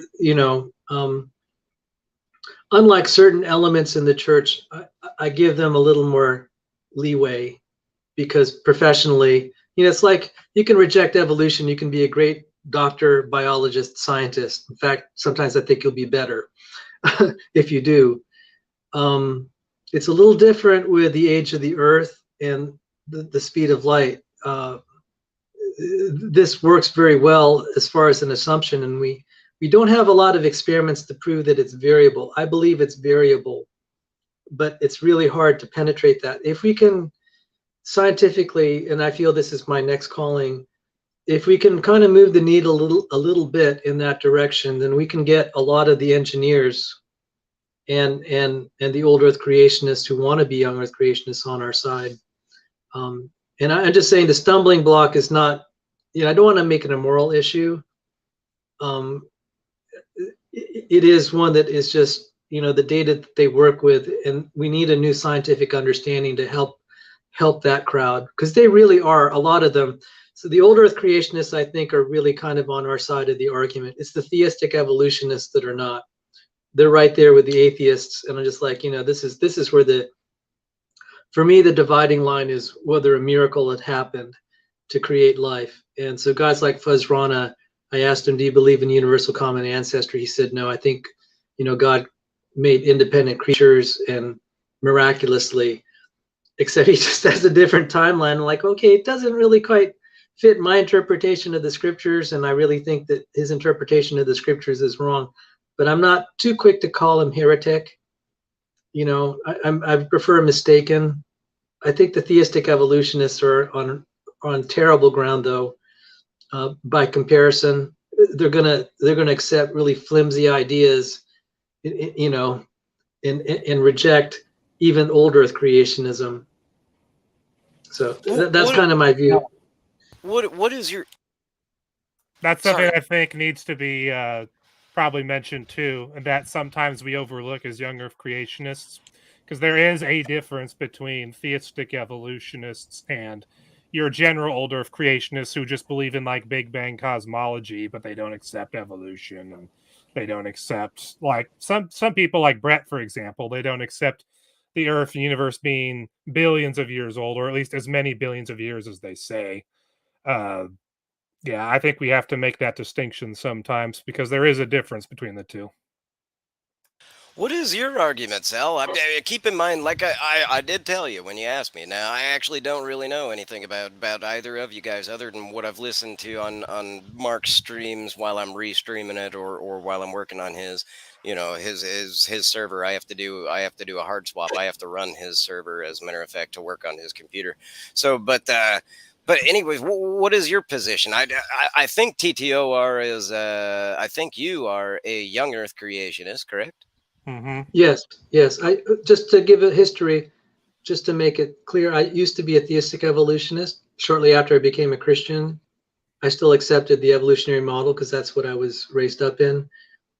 About 2 years later, I read a tract from the Institute of Creation Research that talked about the complexity of the cell. And that point on, I was a creationist of some sort, an old Earth creationist.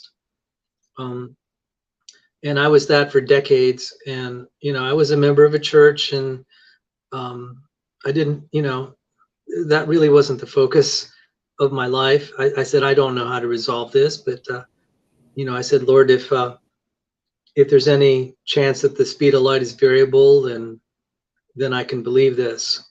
Because if the stars are that far away and the speed of light is the same, constant, then it really has to be an old universe. And I said, I'm open to it. And then when I started to see publications in the scientific world, secular science, suggesting the speed of light was variable, at that point I said, now I can believe it. I don't have all the facts that I want. We almost never have all the facts that we'd like to have, for that matter. But I said, I can commit to believing it now. And then I went to graduate school in applied physics at Johns Hopkins University. And then when I heard the state of cosmology, and I heard all the speculations, like inflation theory, where the universe is expanding at thousands or millions of times the speed of light, I'm just like, oh, so it's easy in the secular world to just invoke velocities faster than, effective velocities faster than the speed of light. But when a young Earth creationist invokes it, it's crank. And I'm just like, okay, no, that's not exactly fair. If you can have something as outrageous as that inflation theory to support the Big Bang, then we can accept variable speed of light. And that became my solution. So even though I don't have all the proof or all the facts that I'd want, it made it possible to believe. And, I'm fine with people saying I'm not going to decide until I have more facts. And I totally get that. But that's where I am right now. And my research has been in that area of studying light. After I do biology, I'm starting to move into the study of light. So thank you. Sal, you ever heard of this guy, Michael Jones? Yes. What do you think of him? He's I think he's a great guy, but I totally despise the fact he likes evolutionary theory. But he came to the defense of Cindy Lincoln and Mary Tocco. Yes. And his historical stuff is really good, but his endorsement of evolution really sucks. But other than that, I think I could get along with him, and I like him for that. I don't like other theistic evolutionists like Rob Rowe. Oh, you're muted? Mute.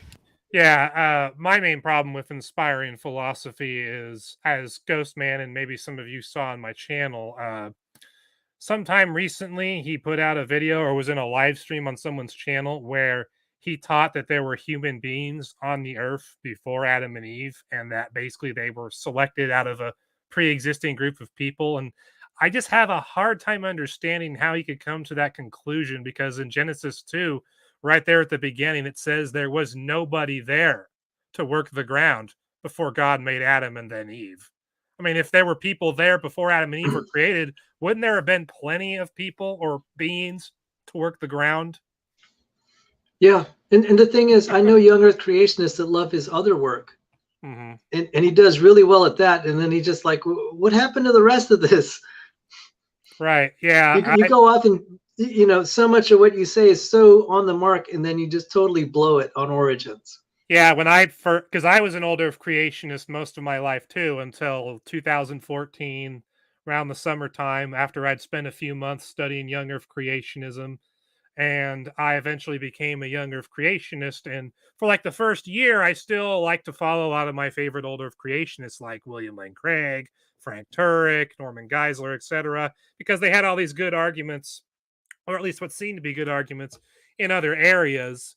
But then after I spent more time studying how they handled the Bible, as far as their lack of reverence for it and their lack of accuracy in quoting it and its teachings, that's kind of when I stopped even, supporting them by entertaining all their good stuff. It's like, man, I can't really endorse someone who has such a low view of the Bible that they'll literally reinterpret it in terms of origins to make it jive with what the world's saying. And so that's where I really can't promote Old Earth creationists too much at this point in my life, because if I'm going to be honest, I should not have to do that. You know, you should, if you're going to be a Christian teacher who claims to be a Bible believer, you should accept everything the Bible says, and you shouldn't reinterpret it in light of anything the world's telling you in order to make it to jive. But people like Frank Turek and William Lane Craig have literally come out in public on the internet and have said exactly that. Well, you know, we're not supposed to reinterpret the Bible to make it line up with what the world is saying about origins, but we're going to do it anyway because, you know, we need to. It's like, what? You know what you're doing is wrong, but you're doing it anyway just to appease a bunch of people who don't like you or your God? They're What's Democrat. wrong with you? Well, you know, if they're engineers that work on GPS systems, they have to know relativity. You apply that all the time. And so the problem is what we're experiencing in the present day is affecting our views of history. And it really is a very big leap of faith that, you know, the speed of light could have been very different in the past. And depending on your position in the universe. I mean, I just got to say, it's not quite the moral thing like some of the stuff that's seeping into the church, like wokeism. Right.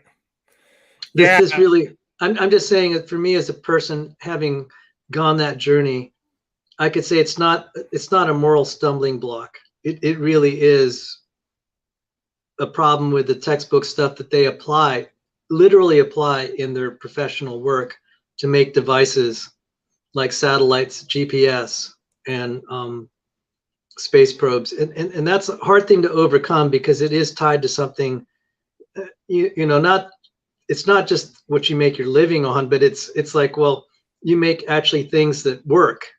Unlike evolutionary theory, there's nothing that you can make that. Right. There's no room for hypothesis in engineering.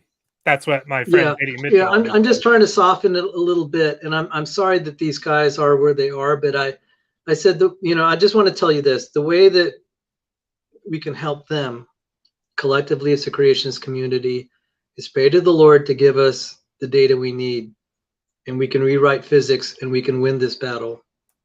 When we do that, we will advance science, and then we'll deliver the goods for these people that are on the fence, and they would be, I think, quietly on our side. I don't have as much hope for the theistic evolutionists, unfortunately, like Walton and Michael Jones. Right. You know, I do have more hope for the young Earth. I mean, the old Earth creationists. Right. The theistic evolutionists, they'll just believe scientific garbage, and it, you know, I could tell you, theistic evolution is garbage just based on the other scientific disciplines. It doesn't line up at all. And it doesn't require much work either, because in a nutshell, theistic evolution is just believe everything the atheistic evolutionists say and then say God did it. Exactly. And there's no scientific basis, because I challenged them. I said, tell me how this came about. How did this come about? And they say, we don't know. We haven't figured it out yet. And I want to say, that's a faith statement, isn't it? So It's giving God the glory. Well, plus the part about evolution that totally makes it a faith and makes me wonder why Christians are so quick to accept it at all, is that according to evolutionists themselves, one, all the evolution we're told about in school that occurred allegedly in history took place before modern humans with the ability to make records of what they observed came into existence.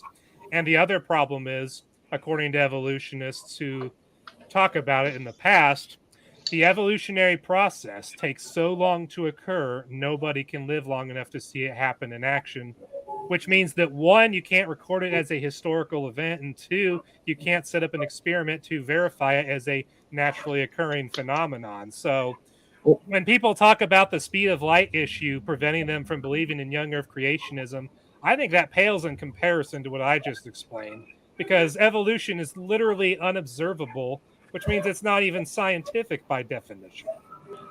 It's a faith. Oh, yeah, they have a bigger leap of faith than the young Earth creationists. I will tell you this, we're talking about experiments.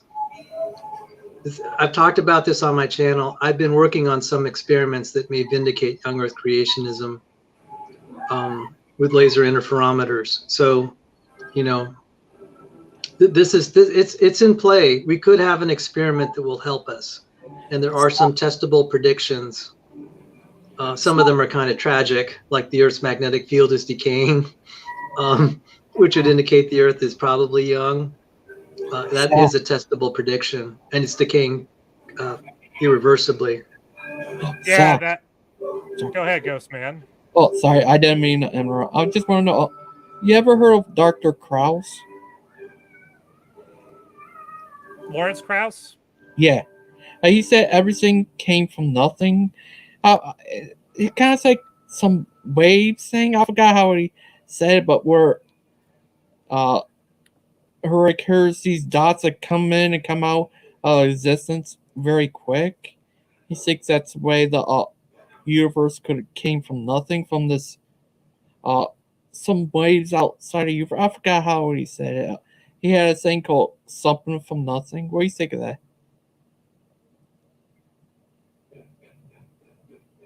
TTOR. What do you think of him? I've seen the Lawrence Krauss thing before, and yeah, at this point, he's kind of full of it. I mean, you know, we can, like I just explained, evolution is so unscientific just in principle that, you know, they can't really use science of any kind to support their worldview, because you can't support something that can't be observed ever. I think if evolutionists argued from the position of, well, we have this faith and we believe that what we observe in reality as far as science and evidence better supports our faith than yours, I think our discussions would be a lot more fruitful. The problem is that they present their faith as scientifically established and observable fact, and they just can't even see that they have a faith position. And that's where a lot of the breakdowns between young Earth creationists and evolutionists on the internet and in every other capacity comes, is that one side of the aisle, the evolutionists, they can't even admit to themselves, much less the world, that their worldview, their position on origins, is a faith position, just like the biblical worldview, just like young Earth creationism. And so where you can really mess them up and get them totally off the rails is by getting them to admit that they have a faith position, a worldview that is not provable by science in the most literal sense of the word. And that's where you can really get them twisted in a knot, because most evolutionists can't handle that. So what do you think of Dr. Krauss? Wait, me or Sal? Sal. What does he think too?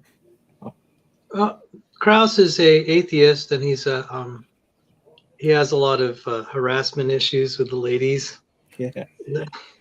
Me Too has not been kind to him. No. Yeah, but that kind of happens on the atheist lefty side of the aisle in terms of our culture and our politics, is that a lot of the guys who virtue signal in favor of all this stuff, a lot of them tend to end up being the real creepers and the real harassers. And well, not only just that, they're not just atheists, they're Satanists, you know. I mean, on the left. You said the atheist left, you know, so Aaron Raw. Well, yeah, Satanism's a pretty easy thing to slide into from atheism. So, I mean, you know. Yeah, Aaron Raw and Emma, they're both Satanists. Aaron Raw. Well, and you look culturally what's going on with, you know, lefties basically saying we got to have abortion access for everybody, but at the same time, we're going to totally destroy and shut down pregnancy centers and other similar institutions and businesses that were designed to help women. You know, they're talking out both sides of their mouth, and they're really endorsing an agenda that would go right into that whole satanic, atheistic line of reasoning. Yeah, you seen Aaron Raw? He did a satanic prayer at the Yeah, I saw that on Brett's channel a while ago. Can't say I'm surprised. Even Matt Powell's wife said that Aaron Raw is a Satanist. Even way before he came out. Yeah, well, I mean, him coming out kind of proved everyone who said that right, didn't it? Yeah. a lot of people say he already looked like a Satanist or something. What do you think? Well, the thing about Satanism, Big Bad Mama, is that it's a man-centered religion. So regardless of whether a Satanist thinks that Satan is real or that he's just metaphorical, either way, the religion is going to make them self-centered to the extreme, or it's going to put men in the ultimate authority where God rightly should be. And so they're going to behave in similar ways as atheists and socialists and communists and other similar people groups. Yeah, I think it was an act of desecration, just to insult Christians too, that he did that specifically just to lash out at Christians. That's just my opinion. yeah. And atheists like that have been doing that for so long, they basically have lost all their edge when it comes to doing that stuff. It's like it's no longer edgy, it's no longer interesting, it's just whatever. You're just pandering to your own base at that point, you know. Most creationists that I know, like, have actually talked to in person and used to hang around back when I was a videographer for the Institute for Creation Science up in Portland, Oregon. Most creationists don't really care what these online evolutionists are doing. Yeah. So when they do all these stunts like this in order to, you know, irritate Christians, they're not really irritating that many Christians because most have turned them out. They don't really care. Oh, yeah, TTOR. Yeah, she's right. I forgot they call Luciferians, where they don't believe in the devil. They use them as a symbol. I think they're satanic. They call it. I think that's it. I've seen it on Wikipedia before. It's called satanic atheism. They just use them as a symbol. That's what they said. What do you think, TT? Yeah, well, it's only going to be a matter of time before he's no longer symbolic, if you catch my meaning. Yeah. Yeah, when the Antichrist comes and portrays himself as Jesus and he wipes out 3 of the leaders of the globalist regime, but then he takes over the system and perpetuates it and uses it to oppress us just like the globalists before him, that's when some people will begin to realize that Satan's not a symbol. He's a real being. Yeah. I'm not sure who are Satanists where they actually really do believe, but I'm not sure there are any around. But what Aaron Raw does, him and Emma Thorne, you heard of her? Emma Thorne, she had a bit of a debate with Kent. We're both part of that group. The atheist British girl? Yeah. Emma Thorne? Yeah. She's part of that. Yeah, I've seen that she's had some back and forth with Kent as far as like making videos back and forth about each other. But yeah, I can't say I'm terribly impressed with her. My biggest critique of Emma Thorne, I would say, is that she's in this position where she's like, well, you know, because I'm not a biologist or a physicist, I'm not really qualified to talk about scientific things. And so I'm kind of just going to believe whatever the experts say or whatever Wikipedia says. And, you know, I just find that so sad and disheartening and, in another sense, kind of angering because she's literally been convinced by others and she's convinced herself that she's too stupid to do her own research into this stuff and make her own judgments and come to her own conclusions on these topics. And that's just something, too, I've noticed with a lot of the internet evolutionists and atheists, especially the ones that are content creators. They really think that they're too stupid to talk about things in detail. And so they just stick to quoting what Wikipedia says and using ad hominem attacks all day on people like me, people like Sal, and, you know, everyone else in the creationist movement. And, you know, I think if we could show evolutionists that, you know what, you're not that stupid. You don't have to believe whatever they tell you. You can look at information and come to your own conclusions about things, and it doesn't have to agree with the establishment. I think for some evolutionists on the internet, if they can come around to that position, that may actually start them down their path of deconverting and becoming like a young earth creationist or a Christian or whatever. I got a Big Bad Mama, you know, we're on good terms with each other, but is it this one or the other one? It was the next one. She said, but you guys are convinced by the Bible because some told you it was true. I think I'm convinced by the Bible because it looks like the world was created by God. That's the first thing. It didn't happen about naturally. A miracle happened, and if there's a miracle, there has to be a miracle maker. The rest are the details. But, you know, it looks to me like Noah's flood was real. We see these fossils that look recent. And in my genetics study, even the evolutionists are saying, how come we're not dead 100 times over? Yeah, You and know, I think do you want to finish or you want me to go? Yeah, I mean, that means we couldn't have evolved.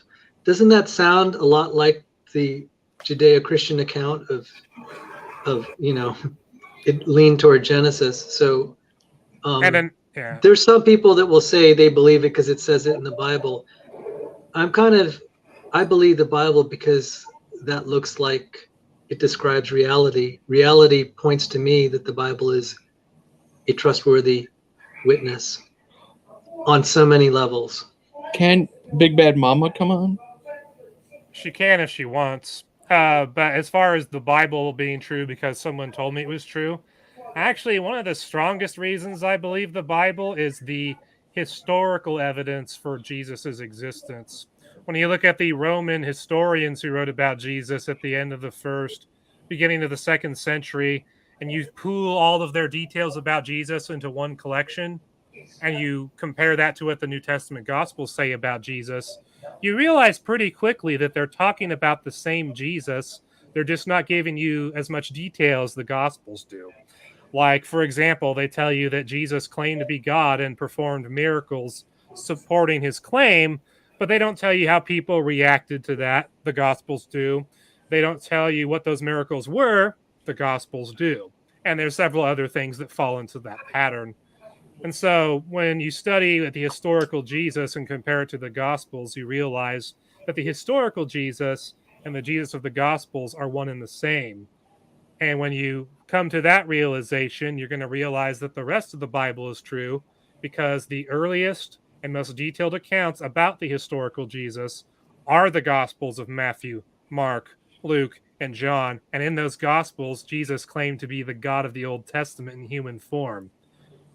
That means that the Old Testament is true too, if you just go with that. And of course, you could also go into archaeology and other fields of knowledge that show that the Old Testament is true in other ways. But Jesus is one of the biggest reasons why I'm still a Christian to this day and why the Bible is still true.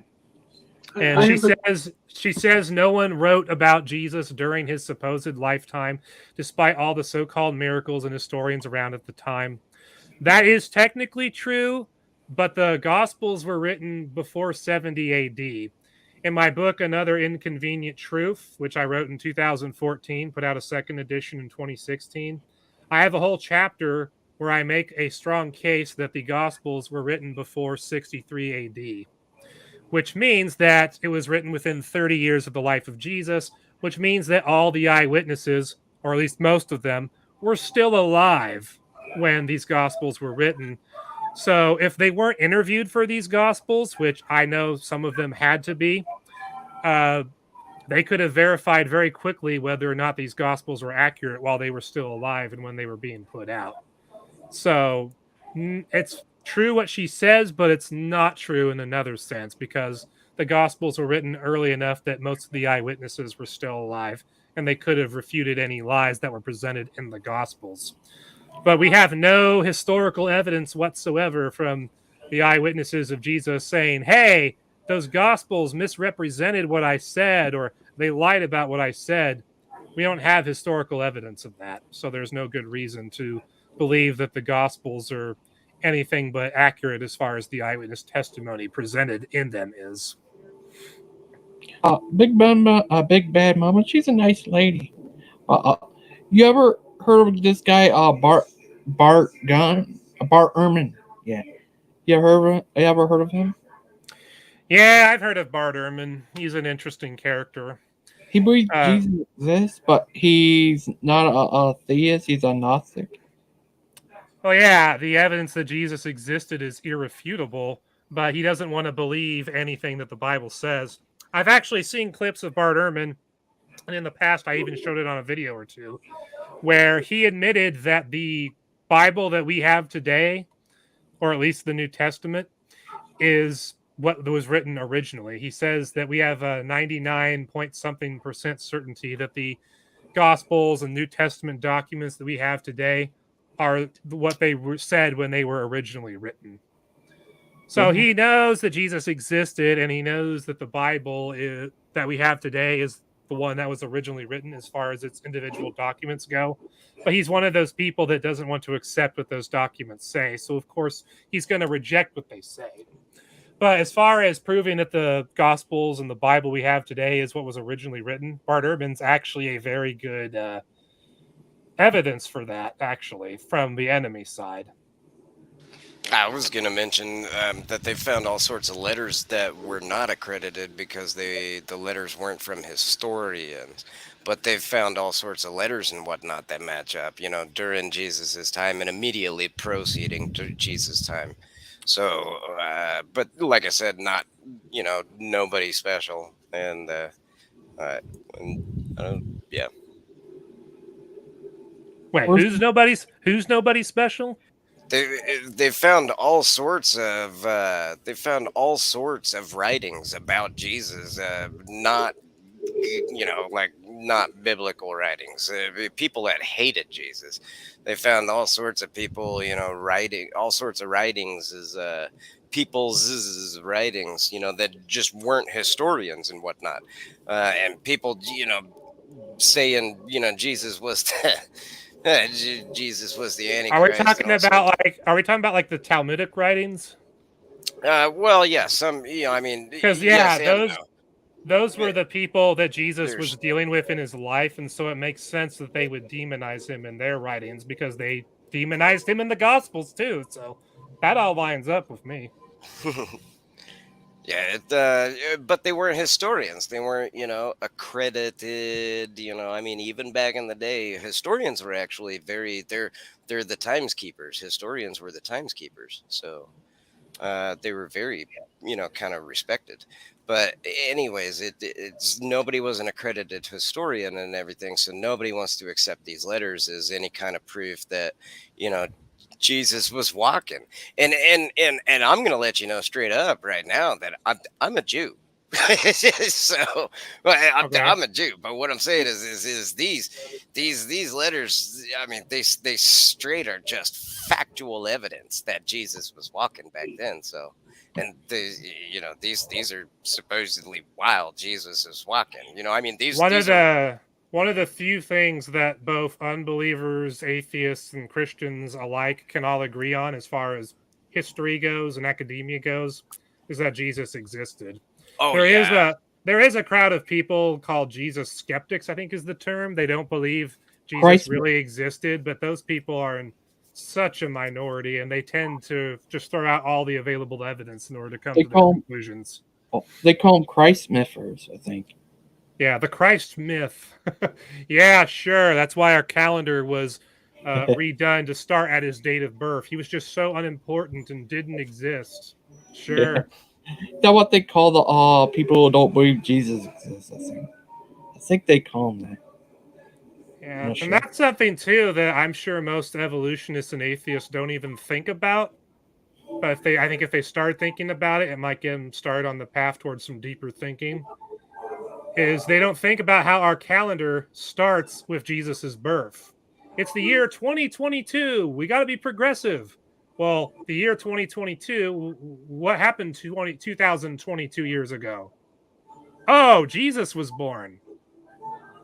Wait, why are we starting our calendar off by when he was born if one, he wasn't important, and two, he didn't exist? Yeah, I heard a lot of colleges teach that he exists. Like him and Moses. Our calendar, I think, in a way, is a daily reminder not only that God exists, but that Jesus exists and he was who he claimed to be. And he was definitely really important because it's not just, Christians making a big deal out of him. I mean, the Roman historians who wrote about Jesus, when you read their writings that you find these things about Jesus in, you find out really quickly that the Romans really didn't care all that much about non-Roman people groups. When I was looking for the writings about Jesus they had and was looking through the documents, a lot of their assessments of other people groups was just, about the people groups in general. They usually didn't address specific individuals within those groups. The fact that they went out of their way to even address Jesus specifically by name proves pretty conclusively that he must have been pretty special if they gave a non-Roman any kind of attention like that at all. Yeah. But anyway, as far as what Robert Beatty said, Justin Brett did say he could accept the 4.5 billion and even plus age kind of stuff. Well, yeah, Brett is an older Earth creationist, but he's also someone who follows a lot of young Earth creationists. A lot of his favorite creators are young Earth creationists. Brett's even said on multiple streams that he is open to the possibility of young Earth creationism being true. Yeah, my hope for Brett is that over time he will have internalized a lot of the stuff I'm saying, that Sal's saying, that other creationists are saying regarding the Bible and the young Earth. I'm hoping over time he'll be able to internalize that and comprehend it, and really kind of do that deep thinking about the matter that he needs to do. And I think he will eventually become a young Earth creationist if the Bible is his ultimate authority in his life. But he's in his own process in that regards, and I don't think we need to interrupt that process. Oh, TT. He's not a Malthus anymore. Yeah, I saw that video. I kind of figured he'd work himself out of that too. Yeah. Oh. The main problem with Maltheism is it makes Jesus into not a sinless person. Because if God had an evil nature and actually did evil things, then you'd have Jesus claiming to be that God. That would mean by definition, if Maltheism was true, that Jesus is evil. And he's not the perfect lamb, the perfect sacrifice to pay the penalty for our sins. And so Maltheism creates all kinds of problems with the entire biblical story and the biblical explanation of sin and redemption and salvation. Maltheism runs into all kinds of problems, and I was kind of hoping Brett would be able to resolve that on his own because I had faith he would, and it seems like he's heading that direction for sure. Where'd Mark go? He's running his own live stream, so he's probably just doing that. Although Chatty says that he's only 50 steps away from Mark, so maybe you should ask Chatty. Chatty. Yeah, I think actually I can pull up his stream. Check this out. Let's see here. Let's see if I can put him on my webcam. His stream on my webcam. Well, you can screen share actually, and it'll show your screen on our screen. No, I can't screen share because I have 6 streams running right now on 6 different. Well, there you go. All right, filter. Yeah, I got a filter right here. Boom. Wait, filter? Where? Yeah.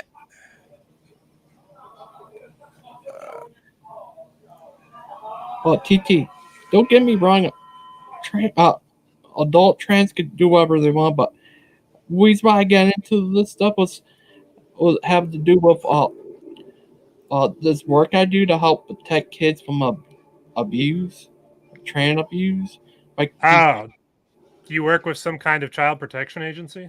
No, with my friend and stuff. Him and you have a friend who does? Yeah, I work with him. I help him get studies and stuff he needs. He lives in the UK. I help him protect kids from abuse and other kids too.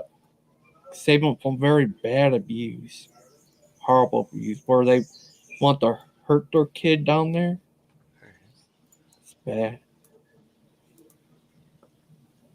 I talked to Brad about it before. Well, we can't really see that, but hang on.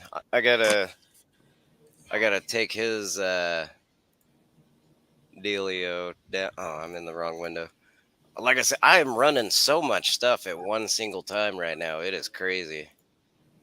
All right, well, here's the peeps. And let's see if I can get this through. No, not that. Oh, I won't be able to feed it to you, will I? I won't be able to feed it to you because the audio is coming through the microphone, so I won't be able to feed it to you like that. I would have to screen share it. in order to feed you the audio. Shoot. See, if we have time to set this up, listen, this is what Mark did. I told Mark, I said, okay, I can bring in the whole group, as a matter of fact, as one person into your stream. All right. And we could all be like this right here. We could all be like the boom, this right here as my webcam right here. All right. And it would be everybody talking as me, would have been. But Mark walked straight from our smoke break already, walked straight from our smoke break into his house and everything. And I go back to my computer and whatnot. And he's dude, I'm telling you, he just jumps the gun. If he would have given me just 90 seconds, I could have had it as all of us. I could have had Mark's whole channel, this whole, our whole channel, as a matter of fact, down here as the webcam feeding you audio too. So that's a shame. He really does. He jumps the gun. We are 2 hours and 17 minutes in. I think we're going to go ahead and call it a show, but we will definitely be back for this channel and the God TV radio show as far as me hosting it goes. Hopefully, whoever's still here from the beginning, if there's anybody, hopefully you enjoyed it. Yeah. Does that mean we're going to appear on Brett's channel on YouTube too? No. Will this be rebroadcast? You know what? In a little bit, this replay will be up on my YouTube channel, and it will also be up on my Quarter and Josh TV channels because I was streaming to that too. But it's not going to be on Brett's actual channel, God TV. No, but if Brett watches this and he wants to mirror it, he's more than welcome to. I got you. Thank you. TT. But he's under no obligation to. TT, I put more information about the syndrome on here in the private chat for you. All right. Well, you might want to actually send it to me through like Gab Messenger or something, because once I leave and end this broadcast and leave this studio, it's not going to be there. It's going to disappear. But anyway, thank you guys for watching. Hope you all had fun listening to Sal and Ghostman and Chatty Streams and me talking about stuff. And I will see you next time.